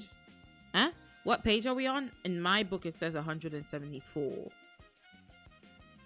Yeah, we're on the second page of chapter 14. Literally. So just open up to chapter 14. The second page should have it. Yeah. You have never once said yick yick. Look at you. Like you would know. Yick yick. I actually just say eek eek, right? But I don't pronounce it like yick yick. You know what I'm saying? But yeah. Thank you. Got it. Awesome. I am. No, you're not. Shut up. No, you're not. Chat, you heard Phelan. Time to drink some fucking water and stay hydrated, or else you don't want to find out what I'm gonna do to you. It's not fun. It's not fun. So get your minds out of the gutter. Okay. Gluck. Oh my god, Biscuit. He never was life. All muscles and fine bones. Built like an acrobat. The knife had entered beneath her left arm. It had been a very close thing. A little deeper, the blade would have pierced the apex of the heart. Yikes. So she really did almost die. Nina knew that if she simply sealed Ina's skin the way she'd done with Wylan, the girl would just continue to bleed internally. So she tried to stop the bleeding from the inside out. She thought she'd managed it well enough, but Ina had lost a lot of blood, and Nina had no idea what to do about that. She'd heard some healers could match one person's blood to another's, but if it was done incorrectly, it was as good as poisoning the patient. The process was far beyond her. She finished closing the wound, then covered Ina with a light wool blanket. For now, all Nina could do was monitor her pulse and breathing. As she settled Ina's arms beneath the blanket, Nina saw the scarred flesh on the inside of her forearm. She brushed her thumb gently over the bumps and ridges. It must have been the peacock feather, the tattoo borne by members of the menagerie, the house of exotics. Whoever had removed it had done an ugly job of it. It was probably Ina herself, to be honest, because she hated that place. Curious, Nina pushed up Ina's other sleeve. The skin there was smooth and unmarked. Ina hadn't taken on the crow and cup, the tattoo carried by any full member of the dregs. Alliances shifted this way and that in the barrel, but your gang was your family, the only protection that mattered. Nina herself bore 2 tattoos. The one on her left forearm was for the House of the White Rose. The one that counted was on her right, a crow trying to drink from a near-empty goblet. I see. It told the world she belonged to the dregs, that to trifle with her was to risk their vengeance. Ina had been with the dregs longer than Nina, and yet no tattoo. Strange. That is strange. I wonder, the plot thickens. She was one of the most valued members of the gang, and it was clear Cass trusted her, as much as someone like Cass could. Nina thought of the look on his face when he'd set Enid down on the table. He was the same Kaz. Cold, rude, impossible. But beneath all that anger, she thought she'd seen something else too. Or maybe she was just the romantic. She's incognito, yeah. It might be in a place where it's not like easy to find or something. She had to laugh at herself. She wouldn't wish love on anyone. It was the guest you welcomed and then couldn't get rid of. Ooh. Nina brushed Ina's straight black hair back from her face. Please be okay, she whispered. She hated the frail waver of her voice in the cabin. She didn't sound like a Grisha soldier or a hardened member of the dregs. She sounded like a little girl who didn't know what she was doing. And that was exactly how she felt. Her training had been too short. She'd been sent out on her first mission too soon. Zoya had said as much at the time, but Nina had begged to go, and they needed her, so the older Grisha had relented. Zoya Nazialensky, a powerful squaller, gorgeous to the point of absurdity, and capable of reducing Nina's confidence to ash with a single raised brow. Nina had worshipped her. Reckless, foolish, easily distracted. Zoya had called her all those things and worse. I heard the name Zoya. You perked up like a meerkat. Isn't that a character in one of your favorite games now? You were right, Zoya. Happy now? Giddy, said Jesper from the doorway. Nina started and looked up to see him rocking back and forth on the balls of his feet. Who's Zoya? He asked. Nina slumped back in her chair. No one. A member of the Grisha Triumvirate. Am I saying that right? Triumvirate? I think it might be Triumvirate. Fancy. The ones who run the Second Army. Yes, my favorite character is called Zoya. Yeah. Oh my goodness. Good for you, Joe. What the... Not the 6767. Well, good for you. You have a lot of trinkets. Fancy. The ones who run the Second Army. Well, you guys need to tell me to, like, scroll down, bro. Okay. What's left of it? Ravka's Grisha soldiers had been decimated during the war. Some had fled. Most had been killed. Nina rubbed her tired eyes. Do you know the best way to find Grisha who don't want to be found? Jesper scrubbed the back of his neck, touched his hands to his guns, returned to his neck.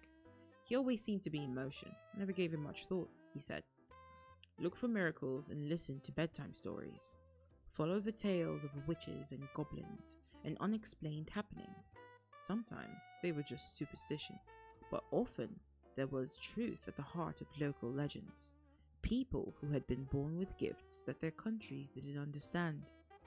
Nina had become very good at sniffing out those stories. Ooh. Alright, let's see. Let's scroll down a little bit more. Seems to me, if they don't want to be found, you should just let them be. Nina cast him a dark glance. The Druskel wouldn't let them be. They hunt Grisha everywhere. Are they all charmers like Matthias? And worse. I need to find his leg shackles. Kaz gives me all the fun jobs. Hello, sweet and wonderful innocent Lou. Oh, okay. It works for you when you gamble? Good for you. Want to trade? Nina asked wearily. The frenetic energy of Jesper's lanky frame seemed to drop away. He went as still as Nina had ever seen him, and his gaze focused on Nina for the first time since he'd entered the little cabin. He was avoiding it, Nina realized. He didn't want to look at her. The blankets shifted slightly with her shallow breaths. When Jesper spoke, his voice was taut. The strings of an instrument tuned to a too-sharp key. She can't die, he said. Not this way. Nina peered at Jesper, puzzled. Not what way? She can't die, he repeated. Nina felt a surge of frustration. She was torn between wanting to hug Jesper tight and scream at him that she was trying. Saints, Jesper, she said. I'm doing my best. He shifted, and his body seemed to come back alive. Sorry, he said a bit sheepishly. He clapped her awkwardly on the shoulder. You're doing great. Nina sighed, not convincing. Why don't you go chain up a giant blonde? Jesper saluted and ducked out of the cabin. Annoying as he was, Nina was almost tempted to call him back. With Jesper gone, there was nothing but Zoya's voice in her head, and the reminder that her best wasn't good enough. Nina's skin felt too cool to the touch. Nina laid a hand on each of the girl's shoulders and tried to improve her blood flow, raising her body temperature very slightly. She hadn't been completely honest with Jasper. The Grisha triumvirate hadn't just wanted to save Grisha from Yerden witch hunters. They'd sent missions to the Wandering Isle and Novi Zem because Ravka needed soldiers. They'd sought out Grisha, who might be living in secret, and tried to convince them to take up residence in Ravka and enter service to the crown. So Ravka is a kingdom. Got it. Nina had been too young to fight in the Ravkan civil war, and she'd been desperate to be a part of the rebuilding of the Second Army. It was her gift for languages. Shu, Kalish, Suli, Yerden, even from Zemeni, that finally overcame Zoya's reservations. She agreed to let Nina accompany her and a team of Grisha examiners to the Wandering Isle, and despite all of Zoya's misgivings, Nina had been a success. Scroll down. Nina had been a success. Disguised as a traveler, she would slip into taverns and coach houses to eavesdrop on conversations and chat with the locals, then bring the peasant talk back to camp. If you're going to Marok Glen, make sure to travel by day. Troubled spirits walk those lands. Storms erupt out of nowhere. The Witch of Fells is real, all right. My second cousin went to her with an outbreak of syphil and swears he's never been healthier. What do you mean he's not right in the head? More right than you'll ever be. They'd found 2 Grisha families hiding out in the supposed fairy caverns of Istamir, and they'd saved a mother, father, and 2 boys, Inferni, who can control fire, from a mob in Fenford. They even raided a slaving ship near the port in Lefling. Once the refugees had been sorted, those without powers had been offered safe passage back home. Those whose powers had been confirmed by a Grisha examiner were offered asylum in Ravka. Only the old heartrender known as the Witch of Fells chose to remain. If they want my blood, let them come for it, she'd laughed. I'll take some of theirs in return. Nina spoke Kalish like a native and loved the challenge of taking on a new identity in every town. But for all their triumphs, Zoya hadn't been pleased. Being good with languages isn't good enough, she'd scolded. You need to learn to be less big. You're too loud, too effusive, too memorable. You take too many risks. Zoya, said the examiner they were traveling with. Go easy. Oh, guys, we're getting a little bit of Grisha backstory here. That's super cool. He was a living amplifier. Dead, his bones would have served to heighten Grisha power. No different from the shark teeth or bear claws that other Grisha wore. But alive, he was invaluable to their mission. Trained to use his amplifier gifts to sense Grisha power through touch. Most of the time, Zoya was protective of him, but now her deep blue eyes flattened to slits. My teachers didn't go easy on me. If she ends up chased through the woods by a mob of peasants, will you tell them to go easy? Nina had stomped off, pride smarting, embarrassed by the tears filling her eyes. Zoya had shouted at her not to go past the ridge, but she'd ignored her, eager to be as far away from the squall as she could get, and walked right into a Druskel camp. 6 blond boys, all speaking Yerden, clustered on a cliff above the shore. They'd made no campfire, and were dressed as Kalish peasants, but she'd known what they were right away. They'd stared at her for a long moment, lit only by silvery moonlight. Oh, thank goodness, she'd said in Lilton Kalish. I'm traveling with my family, and I got turned around in the woods. Can one of you help me find the road? I think she's lost, one of them translated in Fjerden for the others. Another rose, a lantern in his hand. He was taller than the others, and all her instincts screamed at her to run as he drew closer. Oh, could this be Matthias? Could this be the first time she met Matthias Helvar? Could it be? Could it be? Could it be? Could it be? Senti! Congratulations, darling. They don't know what you are, she reminded herself. You're just a nice, Kalish girl lost in the woods. Don't do anything stupid.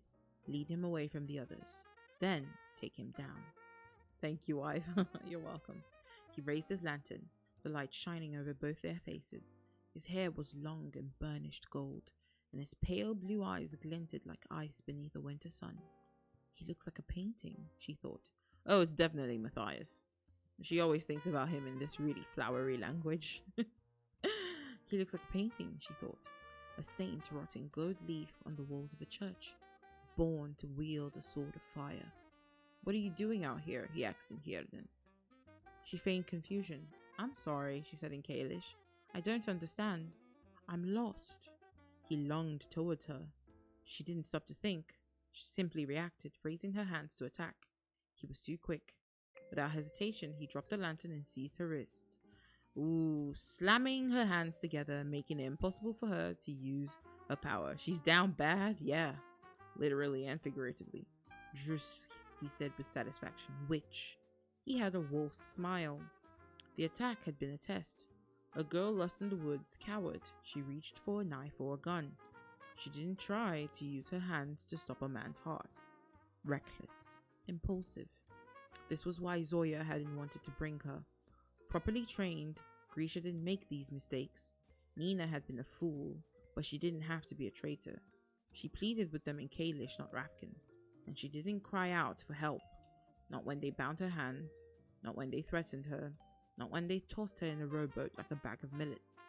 She wanted to scream her terror, bring Zoya running, beg for someone to save her, but she wouldn't risk the others' lives. The Druskel rowed her to a ship anchored off the coast and threw her in a cage below decks full of other captive Grisha. That was when the real horror had begun. Night blended into day in the dank belly of the ship. Okay, maybe it wasn't Matthias. It might have been though. Oh my god, this chapter is a long one.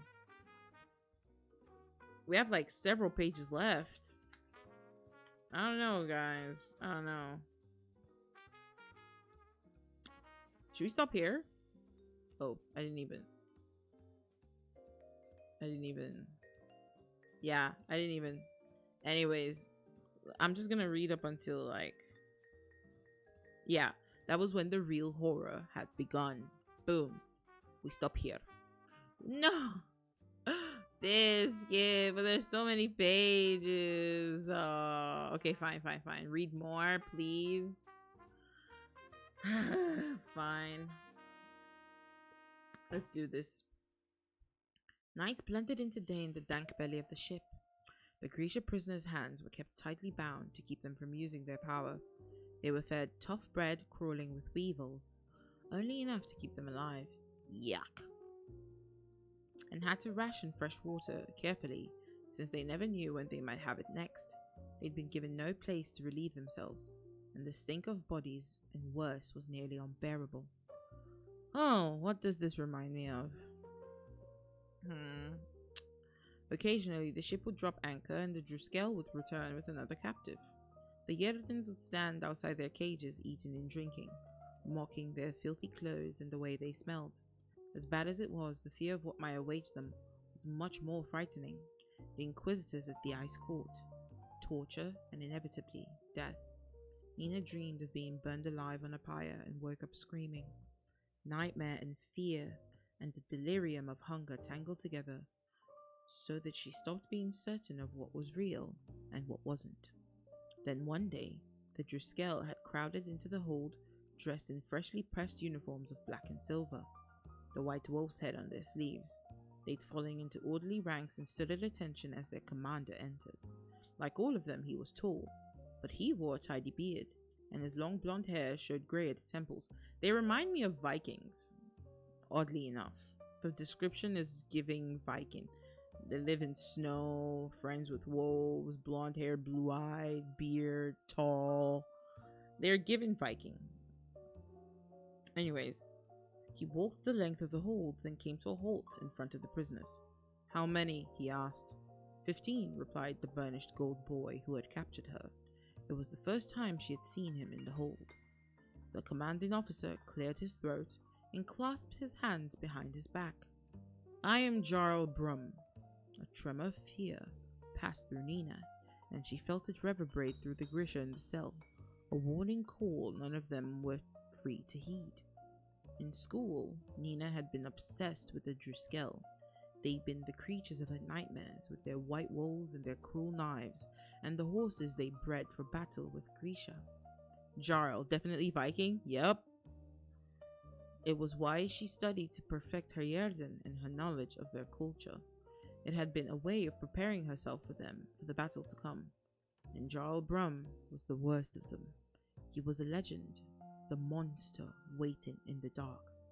The Driscoll had existed for hundreds of years, but under Brum's leadership, their force had doubled in size and become infinitely more deadly.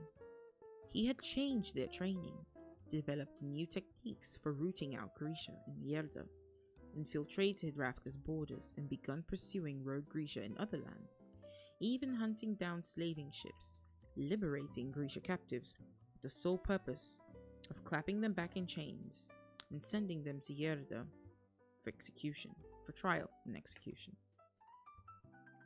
She'd imagined facing Brum one day as an avenging warrior or a clever spy.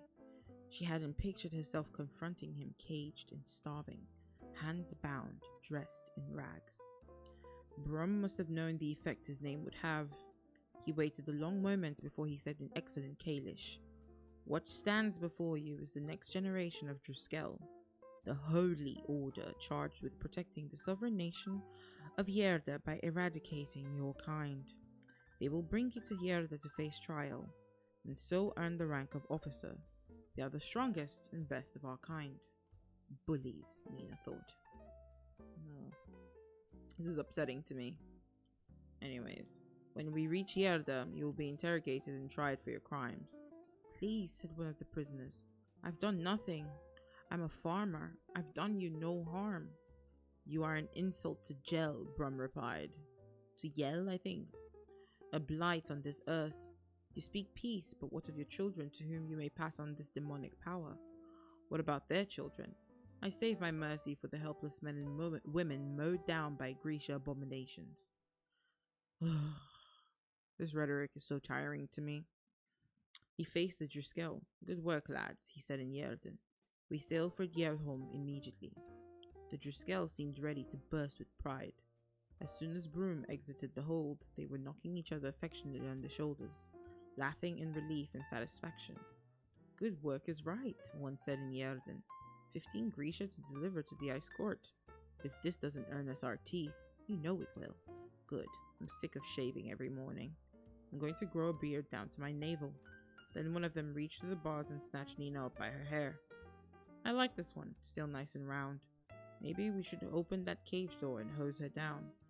The boy with the burnished hair smacked his comrade's hands away. "What's wrong with you?" he said, the first time he'd spoken since Brum had vanished. A brief rush of gratitude she'd felt withered when he said, "Would you fornicate with a dog? What does the dog look like?" This talk is pissing me off. That's all I'm gonna say. I used to feel bad for Matthias Helvar, but now I'm like, nah. You deserved it. You deserved it. You fucking deserved it. Any country that demonizes a whole other country for things beyond their control, they didn't ask to be born with magic. They simply were. And you saw it as a threat, and you took it upon yourselves to eradicate them from the face of the earth. Sounds like a you problem. Skill issue, bro. Next time, pray to a different god, and maybe he'll give you powers. But don't make it somebody else's problem. Anyways, the others roared with laughter as they headed above. The golden one, who'd likened her to an animal, was the last to go. And just as he was about to step into the passage, she said in crisp, perfect Yerden, "What crimes?" He stilled. And when he looked back at her, his blue eyes had been bright with hate. She refused to flinch. "How do you come to speak my language? Did you serve on Ravka's northern border?" "I'm Kaelish," she lied, "and I can speak any language." "More witchcraft, if by witchcraft you mean the arcane practice of reading. Your commander said we'd be tried for our crimes. I want you to tell me just what crime I've committed." "You'll be tried for espionage and crimes against the people." "We are not criminals," said a fabricator in halting Yerden from his place on the floor. He'd been there the longest and was too weak to rise. "We are ordinary people. Farmers. Teachers." "Not me," Nina thought grimly. "I'm a soldier." You'll have a trial, said the Driscoll. You'll be treated more fairly than your kind deserve. How many Grisha are ever found innocent? Nina asked. The fabricator groaned. Don't provoke him. You will not sway his mind. But she gripped the bars with her bound hands and said, How many? How many have you sent to the pyre? He turned his back on her. Wait! He ignored her. Wait, please, just some fresh water. Would you treat your dogs like this? He paused, his hand on the floor. I shouldn't have said that. Dogs know loyalty at least. Fidelity to the pack. It is an insult to the dog to call you one. I'm going to feed you to a pack of hungry hounds, Nina thought. But all she said was, water, please. He vanished into the passage. She heard him climb the ladder, and the hatch closed with a loud bang. Don't waste your breath on him, the fabricator counseled. He will show you no kindness. But a short while later, the Driscoll returned with a tin cup and a bucket of clean water. He'd set it down inside the cell and slammed the bars shut without a word. Nina helped the fabricator drink, then gulped down the cup herself. Her hands were shaking so badly, half of it sloshed down her blouse. The Yerden turned away, and with pleasure Nina saw she'd embarrassed him. Ooh, I'd kill for a bath, she taunted. You could wash me. Don't talk to me, he growled, already stalking towards the door. He hadn't returned, and they'd gone without fresh water for the next 3 days. But when the storm hit, that tin cup had saved her life. Woo! So that is a lot of backstory. I'm stopping here because this is a break in between the book, as you can see. I'm stopping here. We'll continue with the remaining of chapter 14 next time. But then again, it's literally 1, 2, 3, 4, 5 pages. Yikes. So it's 5 pages left. And then we get into chapter 15, which is literally like 4 pages. And then chapter 16, which seems a little longer. So yes, we out? Not yet. It's time for the secret third thing. But I hope you enjoyed that. It seems we got a little bit of backstory on Nina and Matthias and how they met. And yikes. We come face to face with the absolute horrific, and I mean horrific, treatment of Grisha magic users at the hands of the Fjerdans, who've taken it upon themselves to eradicate them from the face of the earth. So pretty much genocide. That's awful. Don't forget, they're already in the midst of war, so their people aren't even that many as well. And the rest of them who survived were sold into slavery, as we see happened with, what was her face? The girl in the beginning of the book who was working for Councilman Hode that Justa liked. Anya. Yes, that was her name. And she was not the only one of her kind. There was also another one called Radvenko. And the one who died called Yuri. Alright, so the Grisha aren't having a good time. It makes sense. If there was only one country that had magic users, every other country would turn against them because they would see them as a threat. So we're seeing how much they are discriminated against, oppressed, hunted, and enslaved. It's very, very heavy stuff, unfortunately. But now we have come to the end of Six of Crows for today. Thank you guys for paying attention. Thank you for reading. Thank you for chilling. I hope Ine gets better, because everybody else is good, but Ine was literally close to death there. So hopefully she's good. Hopefully she recovers.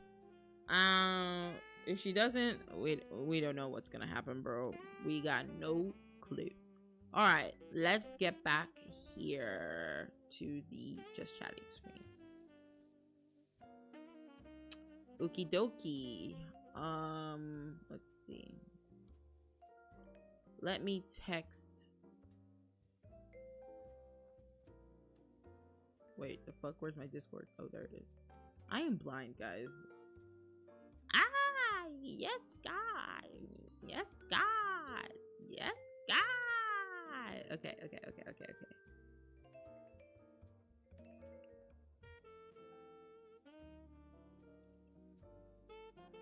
Milu, are you here?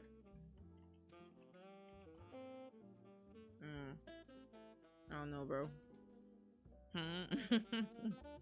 Thank you, Lucy. I enjoyed Book Nook Part 1. Ah, thank you. I'm glad you enjoyed it. I really am glad, though, because I wanted to do this content for so long, and I just didn't think people would find it interesting, so I didn't start it for a long time. I focused on gaming and karaoke instead. And now I've dropped karaoke. Fuck. I need to go back to uploading on YouTube. It's crazy because I have like 16 videos just there chilling. I just need to like schedule them all, which I've not been doing. Pardon me there, because I don't know why I don't do it, but thank you guys. I appreciate you. Oh, Milu, there you are. We're ready for you. Guys, Milu is our surprise author. So Milu and I have been writing books, fiction, non-fiction. Well, Milu mostly did nonfiction while I mostly did fiction for a very, very long time. And recently, and by recently I mean like 5 years ago to 6 years ago, Milu started writing fiction. And their talent and skill flabbergasted my mind to the point where I was genuinely jealous for a bit. I was like, what? How can you be so good? And I consider myself a very decent writer. So for me to be so like, I was blown away by Milu's skill. Of course, they still needed a little bit of refining here and there, and I became their chief editor for a lot of their fiction works. So there's been a lot of books Milu's writing, and I promise you they're all so fucking goated. They're all so pog. The storylines are always so cool. I can definitely confirm this. I'm not just goading and like gassing them up because they're my like sister. It's just true. So Milu is our surprise artist today. They want me to read out the first chapter of one of the first drafts of one of the many novels that they are currently working on, and I am so honored and excited to do it. And you guys should be honored and excited too, because you will be the first people, apart from myself and one unnamed beta reader, that will be setting your eyes and ears on this beautiful work of art, right? So, you know, get ready to be amazed. Unfortunately, they're only making me read the first chapter. I wanted to read both chapters because I genuinely think you guys will enjoy it. But Milu's the author, and if they want to protect their intellectual property, that makes sense. One chapter is almost too much because the book is good enough. I'm actually afraid people might steal the idea. So, but yes, anyways, a round of applause, darlings, for Milu, our next person that we're going to be reading their work. And actually, I'm thinking of making this a thing for Book Nook Wednesdays, where we also bring forward things we are working on. It is why I was writing fanfic on stream that one time, because I want to encourage reading and writing in this community. So if you are a poet, if you like prose, if you like poetry, if you like non-fiction, it doesn't matter what the fuck you're writing. Whatever it is, write it, and don't be afraid to show it off. We have a Discord channel dedicated to hobbies and works of writing. So if you want to ever drop your poetry in there, please feel free to do so. If you want to drop fanfic excerpts, or just like, you know, or abstracts of like papers that you're writing, or essays, or just think pieces that you have written down, whatever it is, please feel free to share it. And if you would like me to read it out loud to the community during Book Nook Wednesday, I would be honored to be your mouthpiece. So that's a thing. Please go follow Milu. They're brilliant. They're my history buff nerd sibling who's also multi-skilled. They crochet, they animate, they draw, they sew, they Milu, what else are your skills? They cook, they clean. They cook, they clean. They do a lot.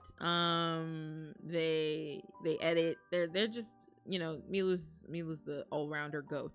But anyways, OMG, I never thought of that. Yes, I just thought like this is a great way to start this. So Milu will be the first ever third party who will be showcasing their work for us, their work of writing. So honestly, I'm gonna bring desktop audio just to give a round of applause right now because it's very much deserved. So everybody, a round of applause. I know you can double hear Spotify, just bear with it for a second. Round of applause, please, for Milu in chat.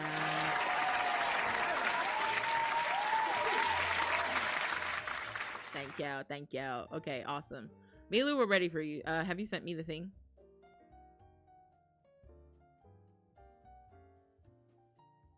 Come on, Milu W. Exactly. Oh, geez, Lucy. I'm so shy right now. You don't gotta be shy. You're just awesome. Okay, you sent it? Okay, cool. There it is. I'm so excited. I'm not gonna share it on stream. I'm just gonna read it out loud. Unless Milu, are you okay with me sharing it? I don't mind.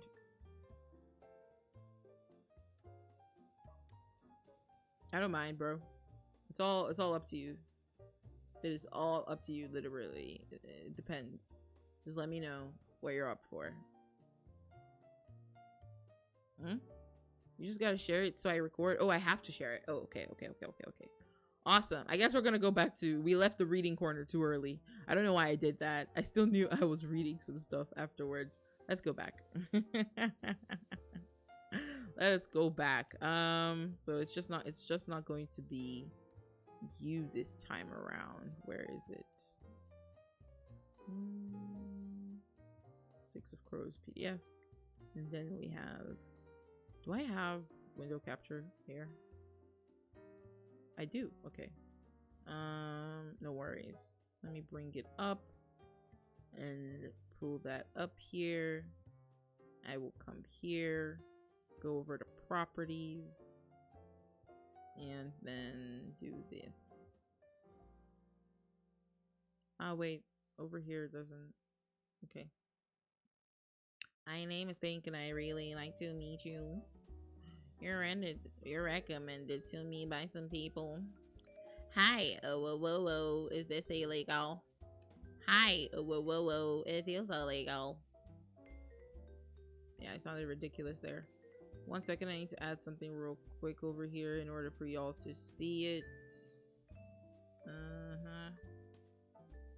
Oh my god, Biscuit, thank you for the 100 BDs. Never a bad time for Big Lucy. Okay, that was awesome. Okay, wait. I got this. I'm just making sure our friends on the other side can see this too. Our friends on Mars. Oh, wow, that's huge. Way too big. Wait, let me bring that up here. I think that works.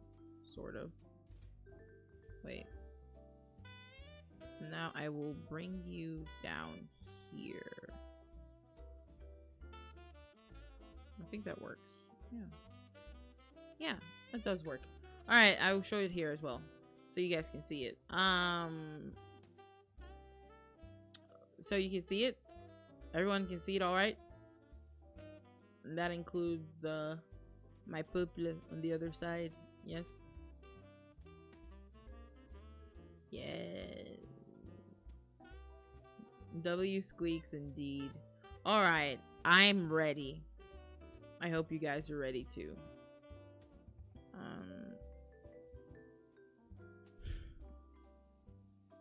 Are we ready? Are we ready? Wait, I need to set up chat on my phone real quick so I don't miss anything you guys say, because I'm really interested in what you think of. Milu, should I set up any sort of context for the setting at all? Or should I just get into reading? You can't really read it or see. Wait, maybe I can zoom in. Zoom in. Zoom out. Okay, zoom in. Is this better? Is this good?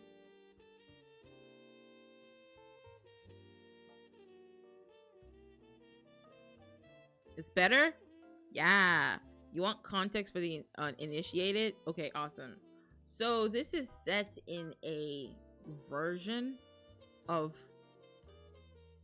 Yoruba land. So Yoruba land, for those who don't know, is it's the tribe Milo and I are from. I say the tribe, but it's actually pretty much a micronation.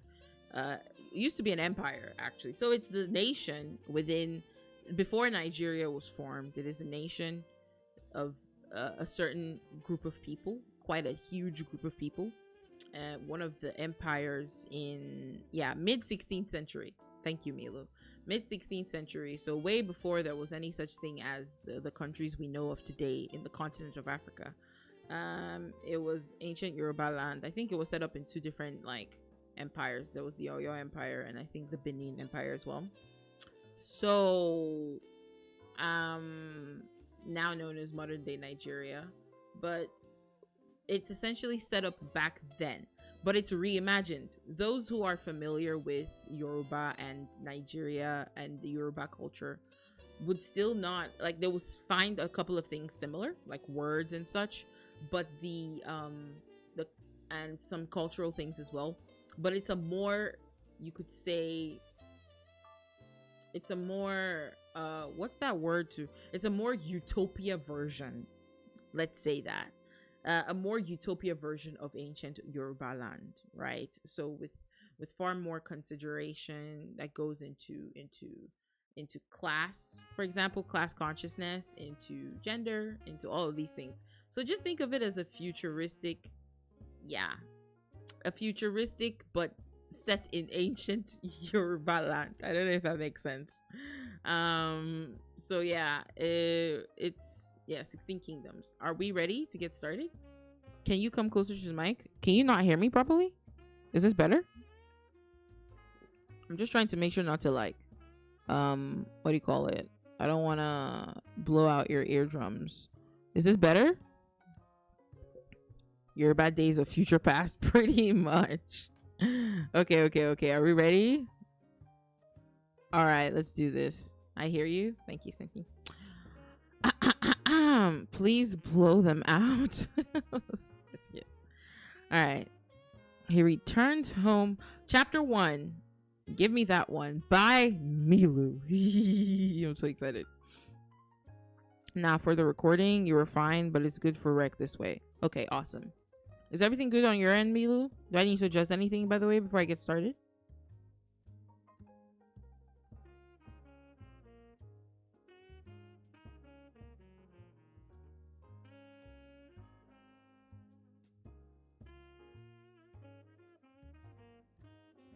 Let me know, girl. Let me know. All right. Everything okay? Awesome. Let us begin. He returns home from a commission granted him by his father. To his age mate, stuck to his father's skin. Disgusted, yet still having reverence, he reports on the commission. He is mostly ignored, which gives him leave to seek his mother. At the back of the house, where his mother now resides, he excitedly greets her. After a time of kisses, prostrations, and love, he pulls himself away from his mother, taking a seat to talk. While he gives and answers questions, recounting the details of his time away, his mother seems distant and heavy. He can't help but question her, and her response leaves much to be desired, giving away only that it was his father's decision. He is the object of this decision, and it makes his mother deeply unhappy. Having other engagements upon his fresh return, he leaves his mother's side. Now back home in all of his nobility, he returns to his usual actions within the Oyo capital. I'm sorry, I can't turn my editor brain off because every time I've read this beforehand, the editor brain has been on. Milu, I have notes. Please remind me to go through these with you when I'm done with this to make a couple of edits. As editor-in-chief, hey, don't forget me when you're famous, by the way. Turn it off. Okay. You got it. Now back home in all of his nobility, he returns to his usual actions within the Oyo capital. He set out to his favorite brothel to hear music, to dance, and indulge in the delights that wine and women could so abundantly provide. He gets there only to hear that the woman of his liking had died. She was killed by a customer, is all anyone would tell him. Finding his mood soured for the night, he figured he could wait a day more to wet his cock. He bought some palm wine and headed to the outskirts of the inner city. On top of the library, he sat quietly, taking in the view of the city. By the way, content warning for a dickhead. Oh yeah, that's right. Trigger warning. He's not a great person. All right?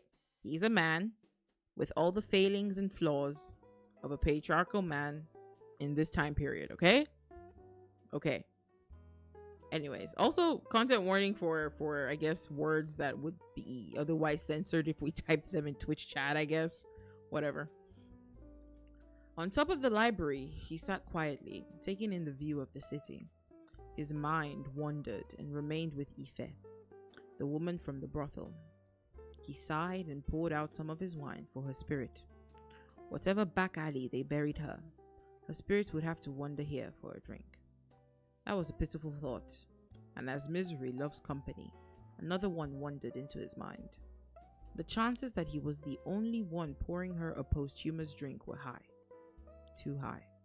And she had spent her life pouring out drinks for others, indulging others. He hissed loudly in frustration, before sighing and pouring out the whole bottle. "My books!" came a cry from beneath, and he hurried away from the ledge where he could be spotted. He sat somberly on that roof for a time, before moving to lie down. Every night he had counted the stars, and not once did he finish. "Mr. Man," a voice called through the fuzz. "Wake up, oh, this is not your father's house." The attendants talked between themselves, affirming that incidents like this were part of the reasons the library roof was to remain closed to outsiders. Understanding that he had fallen asleep at the library, he peeled himself up from the ground, picking up his empty wine gouts and making his way past the attendants as they called for him. "Could we get a 2-point reduction in the music, please?" "Oh, of course. Thank you for letting me know." Alright, reduced. He got home in the mid-morning, only to hear of a summons from his father. Having heard, he went to tidy his appearance. A shower was in order. Plus, the old man wouldn't mind waiting, considering the girl on his lap. He felt sick to his stomach, thinking of the pair.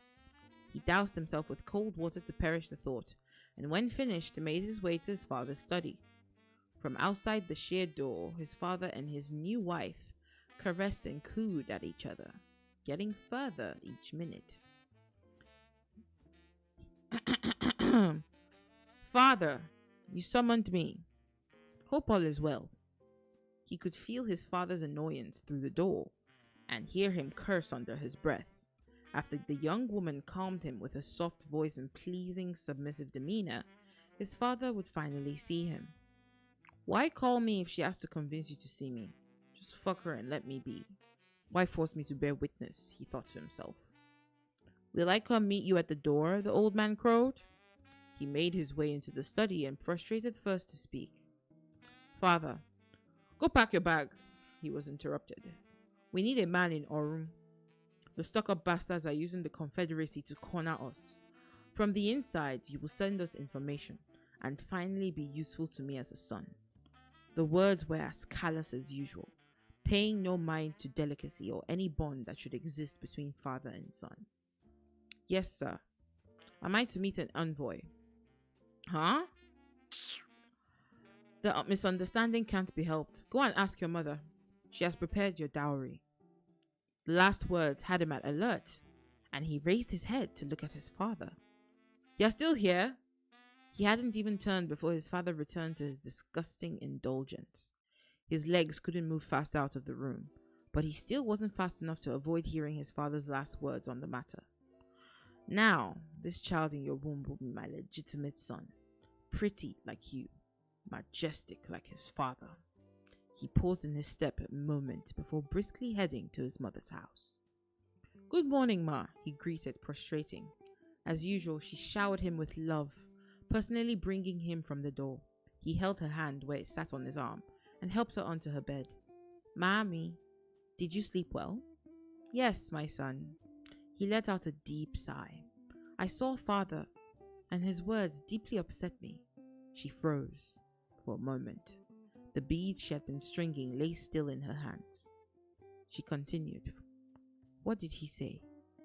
"He didn't say much, but he mentioned the dowry." Her shoulders dropped.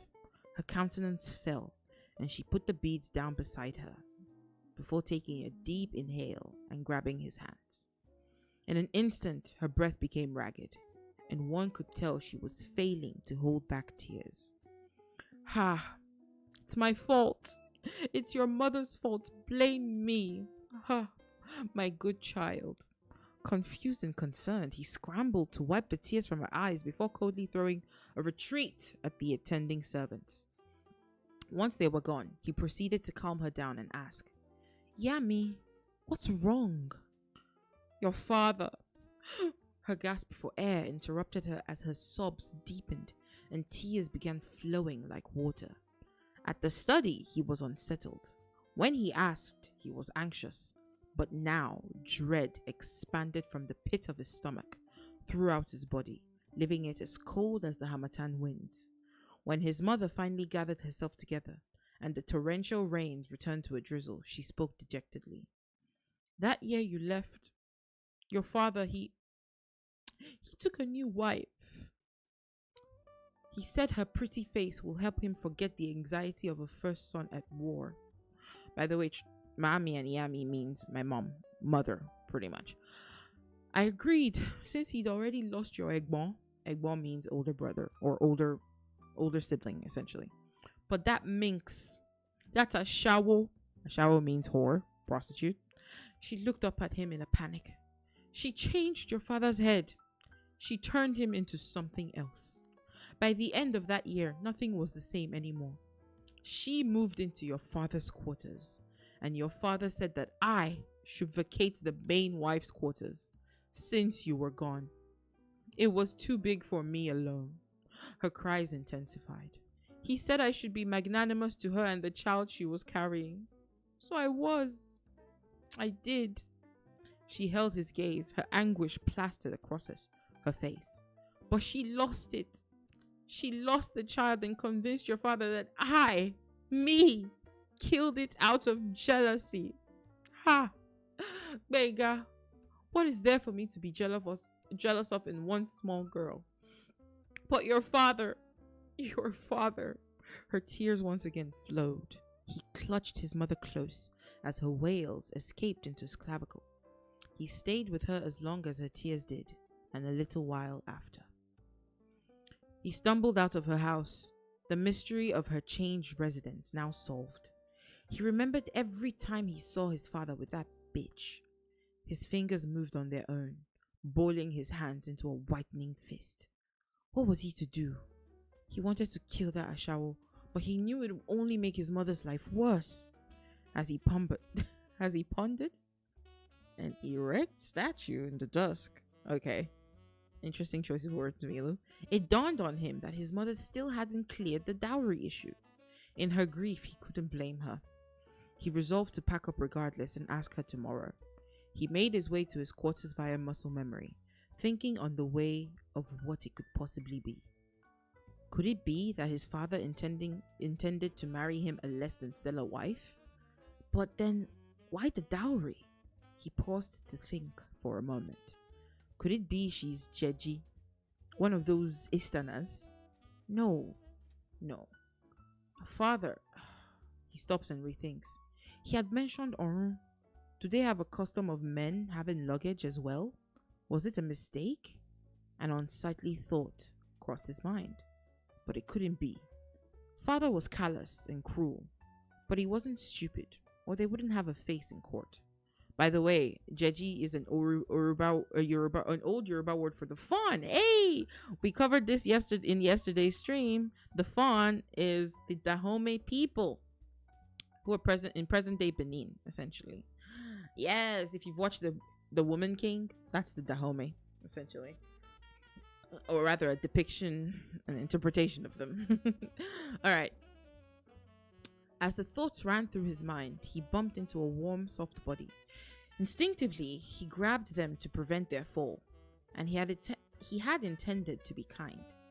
Yet, still raw from his interaction with his mother, his face concealed no bloodlust. The one he held, now more firmly than when he caught her, was none other than this bitch, his father's wily little concubine. "You're hurting me," she said resolutely. He heard, but unwillingly, his hands held her arms tighter, now squeezing them into her body. He wasn't in control, but he didn't mind it. He wanted to squash this bold mosquito that had taken to biting his mother. "Please," she said, eyes now tinted with fear. His anger had instead intensified his breath, and he refused to let off. But he wasn't accustomed to hurting weak women who relied on sexual wiles to get by. With derision, he reluctantly let her go.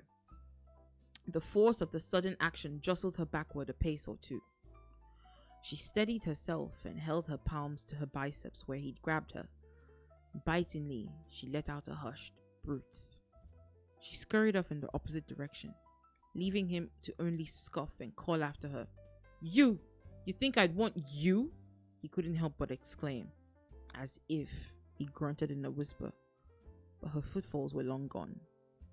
OMG, the metaphor, I know, right? Easing out of the interaction, he began to question what she was even doing in his on Ishu's mighty club. His eyes widened at the sight of his childhood bedroom, having been replaced with a walk-in closet. Fueled by rage, he turned on his heels, back the way he came, straight to his mother's. Father kicked her to the back houses, fine. But he moved his stuff too? Did he expect me to die in Ijale? He paused. Did he want me to die in Ijale? His rage dissipated and his brain failed to bring up any counter-argument. He could feel the stinging warmth in his eyes. That familiar warmth, peculiar to this house. I'm a good son, he thought to himself plainly. Aren't I? He beat his chest, alone in the dark. I'm a good son, he reaffirmed to himself. An empty smile crept its way across his face as he repeated the line in his head over and over again, his self-flagellation growing less restrained each time. At that point, alone in the dark, lit only by the oil lamps dotted throughout the courtyard, his life up to this point seemed bleak. All he had done, everything he had given, war after war after war, all in service to his father's name. Was it all for nothing? Had everything he had done until now amounted to nothing? The only person who had ever seemed to care about his accomplishments. Mother would know what to do. He attempted to quicken his pace. His chest tightened in what he thought was anxiety, until he realized that the painful sting was where he had repeatedly beaten his chest. He brushed his palm across his chest to soothe his sore muscles, and hurried away, fueled by the flurrying thoughts of the day's disquieting series of events. His mother's rooms, whether as the main wife or as a forgotten woman, were always calming. The steady scent of Iroko incense and good food, the sound of beautiful singing and rhythmic shekere. Before he knew it, the music had stopped, and he opened his eyes in his mother's arms, emotions overwhelming him. He lay his head lifelessly in her lap from where he sat on the floor, and she resumed humming from above him before letting out a calculated sigh. I've told you to stop listening to your father. If you want to cry, cry. She rubbed his braids out of his face and made eye contact. If the gods did not want us to cry, we would not be able to, she said teasingly, lovingly drawing her face to his for emphasis. Before he could even think to respond, she resumed humming her tune, and he too said no more of it. After level-headedly telling his mother what his father had done, she offered for him to sleep in her room. Deeming the elevated floor bed inappropriate to share, he had the servants fetch him a mat and blanket for the floor. That night, he slept as he hadn't since he could no longer remember. Benga woke up to bird song and the delicious scent. Oh, what the fuck did I just read? Sorry, 1 second. Let me serve some water. But what are we thinking so far? Are we impressed? Are we impressed by Milu's genius? Okay. Benga woke up to bird song and the delicious scent of asaro. From his position on the bed, asaro is a type of yam pottage delicacy. It's very delicious. Yam pottage with red oil and a mixture of herbs and spices, essentially. So impressed. Yeah! Thank you for the daily offer, Milu.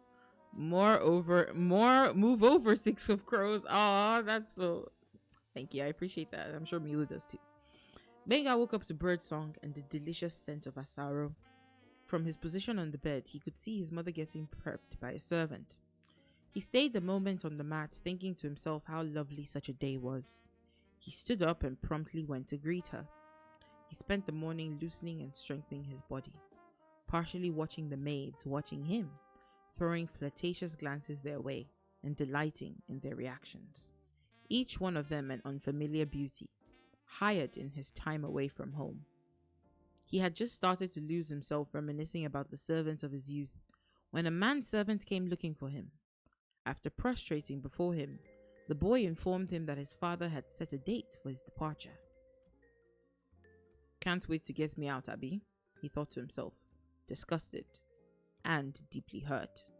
Through the lens of disappointment at the pater, the manservant who he had come to assume served his father began to look conniving and vile. Aware of his ill-directed contempt, he could only muster a callous, "I've heard." A method of greeting in Yoruba land. Essentially, this part 6. Where is that? I don't see it. I wanted to highlight the words for you guys, but it must be in the former page. Essentially, it's not there. Maybe Milo removed it. Who knows? A method of greeting Yoruba land common among males wherein the torso... Oh, prostrating. Never mind. Wherein the torso is brought towards the floor, whether informally with the fingers of the right hand touching the floor in front of the person being saluted, or formally with the entire body laid flat on the floor in front of the person being greeted. Anyways, Abi means right. Can't wait to get me out, right? Essentially. Used at the end of the sentence to denote a question or questioning tone. And let's continue. The servant remained bowed in his presence, earning a sudden look of provoked fury. The servant stepped back a pace, hesitantly breathing out a self-effacing, It's in 2 weeks, sir." "What?" he spat, snapping into a standing pose. His mind went blank in confusion as he stood still. The servant moved a pace more backwards, remaining bowed the entire time. 2 weeks from now? Benga asked him. "Yes, sir." Dismissed. Benga turned on his heel and headed inside to consult his mother. She wasn't in the bedroom where he had left her nor in the kitchen, still perfumed with the scent of morning meal asaro. Further from his mother's kitchen lay a small square of garden. In that patch, she watered various flowers, flying from one to the other like a life-giving bee or pleasing butterfly. In her calm, he almost forgot his questions, only for the peace to be immediately cleared from his heart, and he called, "Mother!"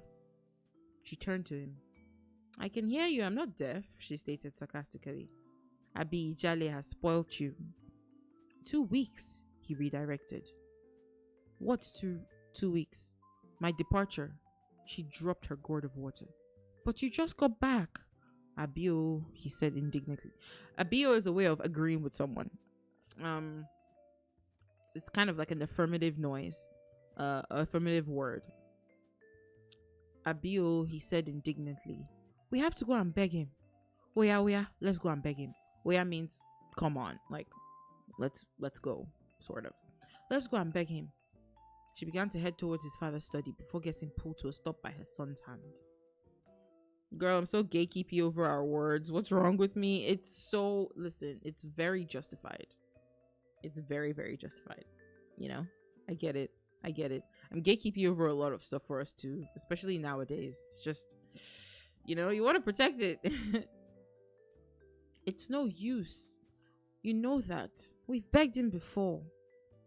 But you're real for teaching? I'm not even the one teaching. Like, Milo has made a note every single time. Look, come on, let's go, or hurry. So, Anyways, there's no use. You know that. We've begged him before. He remembered when he hit 16. After he was christened, his father gifted him a position by his brother's side in another Dahomey suppression operation. They begged then. Morayo looked at her son. Morayo is his mom's name, by the way. Morayo looked at her son and at the pain masked behind a steeled gaze, at the man she'd raised, and knew now more than ever that they had to beg. She pulled him, reluctant and insistent, all the way to his father's study. She rushed into the main court, only to come to a horrified stop. Her husband stood over his military display at the command position of the room, accompanied by 2 other men who were similarly outfitted. Benga bowed and apologized. grabbing his mother's arm to leave, but she shook it off. His horror intensified when she dropped to her knees, head to the floor, arms out before her. I have an important issue of house to say to my husband. May the ministers forgive my intrusion and allow it. Abani Konda, which is the name of her father. Why did I say it like that? Abani Konda stood astonished and embarrassed in front of his colleagues. I'm sorry about my wife's poor breeding. Morayo flinched at his words. Let Sheon serve you refreshments in the side court. A minister let out a scoff before leading others to a side room. Abani Konda. Why am I saying it like that? Abani Konda. Abani Condor. Abani Konda turned his gaze towards his still prostrating wife. Foreseeing an ugly confrontation, Benga hurried to his knees in front of his father, ready to take the abuse in his mom's place. Forgive her. News of my departure has sent her into hysteria. Then why would you tell her? Screamed his father. His eyes darted towards the side room, before his countenance softened. Benga figured he could turn the tides and get out with their skins intact. Forgive my lack of tact. We will leave immediately. No! Abani Kanda, Morayo spoke, lifting her head. Her voice was clear and resounded across the room. Me saying, oh my shay, in the most phone accent. Exactly. Most phone accent. Why did I read that as phone? Phone accent. Same, bro. Her voice was clear and resounded across the room. They definitely heard that, Benga thought to himself, throwing a glance at the side room. Abani Kanda. Abani Kanda. Why am I saying it like this? Holy fuck, wait, let me get into the mirror. Where? Abani Kanda. You know what? Let's just call it Agbani Konda. I can't fucking say it right. It's funny because I could say it right, like, if what I'm reading by myself with Milu, but I guess performance anxiety. I don't know. Colonize Lucy, how dare you? How dare you? How dare you? Don't worry, it's just us. We love you. How could you say such to me? She repeated his name twice. How many times did I call you? Her husband's eyes held unrestrained fury. His fingers threatened to dig into the raised floor table where they rested. 1 year. 1 year. Abani Konda. I've seen this boy combined. 1 year in the 5 years since he has matured. Is it fair? Tell me, is it fair? He picked his hand up from where it lay and began walking steadily towards her. Every step he took was calculated, and magma seemed to bubble up from his steps. Drawing closer, Benga obscured his mother only to be pushed aside as she yelled, "Hit me! Hit me so I can go back to my father and show him your failings." He seized her by her throat and held his grip as she began to choke. Benga got between them, desperately clawing at his father's arm, demanding her release. Panic set into his eyes and his heart. His dad opened his hand and she dropped to the floor. Benga cradled her where she lay. Oh, trigger warning. Sorry for some domestic violence. Oops. His dad opened up his hand and she dropped to the floor. Benga cradled her where she lay, looking up at his father in disbelief. He returned to his seat. You may wear your shuku for no reason. In other words, saying that she lacks elegance. But don't forget whose house you belong to, he said, easing into his seat. At that point, the manservant Sheon scurried into the room. Remember how I said this was futuristic but in ancient Yoruba land? So we're literally going from a place, we're literally going from a place that actually existed in Yoruba land, right? So the Oyo Empire. And this is technically how they were. It was very patriarchal, right? But then we're going to a different place. You know what? I don't want to give spoilers. So this is not the full setting of the rest of the book.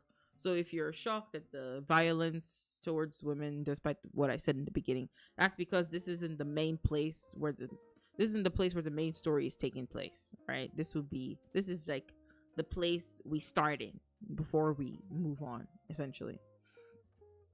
Manservant Shion scurried into the room. He whispered into Abanikonda's ears and stepped back a pace. A loud slap resounded across the hall, followed by the servant's drop to a full bow on the floor. Abanikonda shot his glare back at Morayo. Benga scurried to obscure her, begging profusely as he repeatedly knocked his head to the floor. He continued for a time before his father finally spoke. I've heard. Benga paused, his head swimming, ears ringing. He heard his father command, lock her in her quarters. She won't get a second opportunity to ruin me. Though shock won the battle, it ultimately lost the war. Benga's head trauma prevailed over him, and his consciousness gave out. Hearing one last, clean him up. She'll be repulsed if we send her that. What a joke. Mother and son woke up with less mobility than they had had that morning. Benga lay in her bed while his mom sobbed by his side. Beautiful women shouldn't cry, he said faintly. It's my fault, she began, her eyes already puffy. Her already puffy eyes feeling up once more. Ikani. Ha! Ika. That pretty much means he's like a bully. She's calling her husband a bully because that's what he is. A wicked person. Ika means like a wicked person. I don't know how else to explain it. It doesn't have a direct translation, I think. But that's the closest it can get. She cried as the tears flowed from her eyes. Benga wanted to sit up to comfort her, but an elephant's weight locked his head in place. He could only stretch a hand to haphazardly wipe the stream off her face. She held his hand and her gaze deepened even as her tears dried up. Even then, I couldn't help you. I couldn't keep you or protect you. You were so small and stuck to yourself. Lekpa. She was saying that he was a small child, a skinny child. You not only suffered in that barbaric place, you even lost your brother. Benga flinched, the pungent odor of his older brother's rotting corpse coming back to him. You have suffered, and it's because of me. Ha! Blame me. Curse this mother who birthed you into such a life. No, he struggled to respond. Morayo put her fingers over his mouth, shaking her head with downturned lips. She fought back even more tears as she caressed his face. Jesus, yeah. It's kind of heavy, Biscuit. I traced this scar on your jaw. She trembled through the tears. I've never seen it before. I feel it when I look at you. I wonder how many more injuries I never got to console you for. Every inch of height I didn't see you gain. Every hardship I couldn't support you through. Celebrations I spent missing you and your brother. I thought it would be worth it. Daba and I would be wealthy and happy, achieving long life and old age together. Ha! If only I could see me now.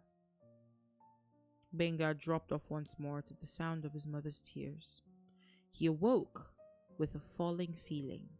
The visage of a nightmare lingered, while the memory quickly vanished, so he lay anxious, and as if by mandate, he was once again alone, only now deprived of the many dim stars in their company. Woo! What do we think so far? I need a break. Say something or else I'll ban all of you. I'm kidding. But seriously, tell me. Tell me. The peak is so peak. Period. Thank you so much for the hydrate, Milu. It is pretty peak. Holy shit. I told y'all it was I told you Milu was like something. Oh, hush. Not you. I told y'all Milu was skilled. It's very much giving Nollywood, but in a lovely way. I know. I feel like I'm watching one of those Yoruba movies about like the old times with all the obas and all the drama. I'm gonna be so deadass right now. I'm actually more invested in this than Six of Crows. Thank you. So am I. Unfortunately, there's only 2 chapters so far. Exactly. Hey, Lucy, you don't have the whole chapter today. I don't. You don't have to read the whole chapter today? Is that what you're trying to tell me? Neko, hi. Welcome in. We're currently examining, this is what AO3 readers feel like. It is. I can confirm for myself. Yes. This is exactly what we feel like because we be coming across masterpieces and we're like, what do you mean this is a fic? And these fics will be 50k words, 100k words, 70k words, bro. I read one recently that was in the fucking 200,000 words, and it was so well written, chapter upon chapter of peak upon peak, bro. So yeah, you guys are pretty lucky. You don't have to. You've been streaming a while. Yeah, I am a bit tired, and I still gotta cook dinner, but I'm so excited to show everybody everything. At least this way, I'll keep them. Look at how many pages we got to read. Damn, that's crazy. You know what? I'm gonna read up until the next. You know what? Yeah, this is a good place to stop, I think. Y'all, come back next week for more. This is a good place to stop. I'm really, really tired. I'm sorry, but I am. So we'll stop here for today. Let's get back to just chatting for now. Everything is Zoya for you, right? An Air 3 Zoya, fancy Zoya fanfics. That's Hades for you, but I fully understand where they're coming from for real. All right, let's move back to just chatting. Guys, that brings us to the end of our reading and writing stream for today. I hope you enjoy that. I think this is going to encourage me to get back to writing so I can read you guys some of the stuff I've written as well, just to encourage people and get the ball rolling on sharing your own works of prose and poetry and other assorted writings. So as you can see, we're very supportive. Everybody's here to, like, you know, support each other and push each other up and highlight each other's talents. And I want us to thank Milu once again for being really kind as to share their baby with us, as to share this wonderful work of art that they're working on. And I told y'all Milu is good as their chief editor. Like, they're great, and I'm about to make them even better. So anyways, that brings us to the end of today's stream. I am exhausted. My brain hurts. But yeah, pretty much that is it. Thank you, Joe, for updating the category. Thank you so much. Down, boy, down. Yes, my yippee. Oh, you're right. I should definitely stretch. Yours, it says 167,000. Your the fic you're writing.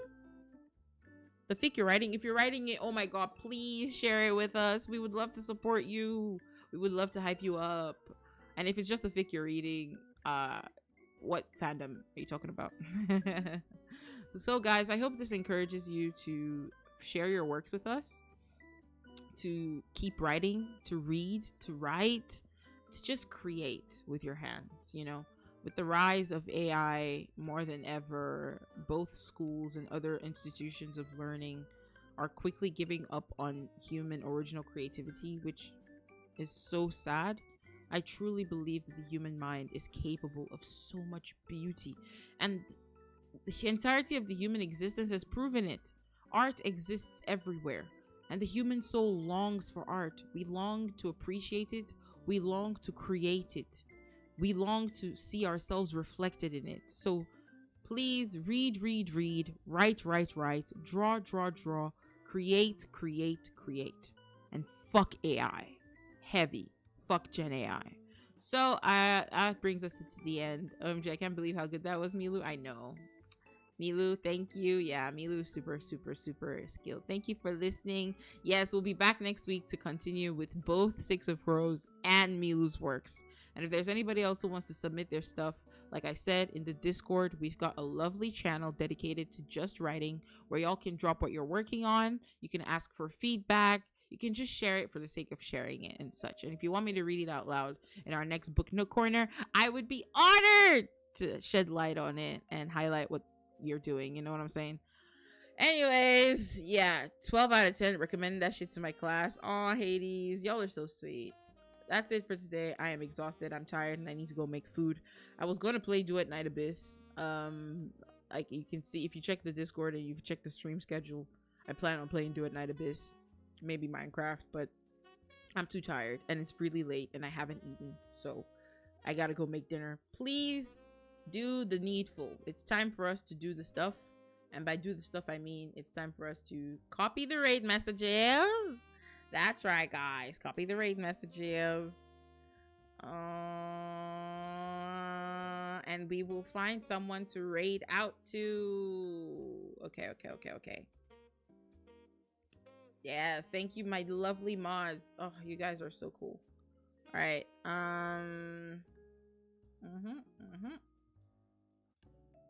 Okay, someone quickly copy paste the sub rate message. I don't know why I'm confuzzled. But yeah, there we go. All right, because I didn't see it first for a second. That's weird. Anyway, I see it now. But anyways, yay! It's time for us to rate out. Let's see who's streaming. Okay. Okay. Okay. Okay. So there's two people I have in mind. Let me open their streams and check how, you know, and check how long they've been streaming, because depending on how long they've been streaming, then I'll decide where to send the raid to. Yeah. Oh my god, Savory! Please shout out Savory Chicken right the fuck now. Right the fuck now. Now! Hi, Savory. I bet you're looking and feeling delicious today yet again.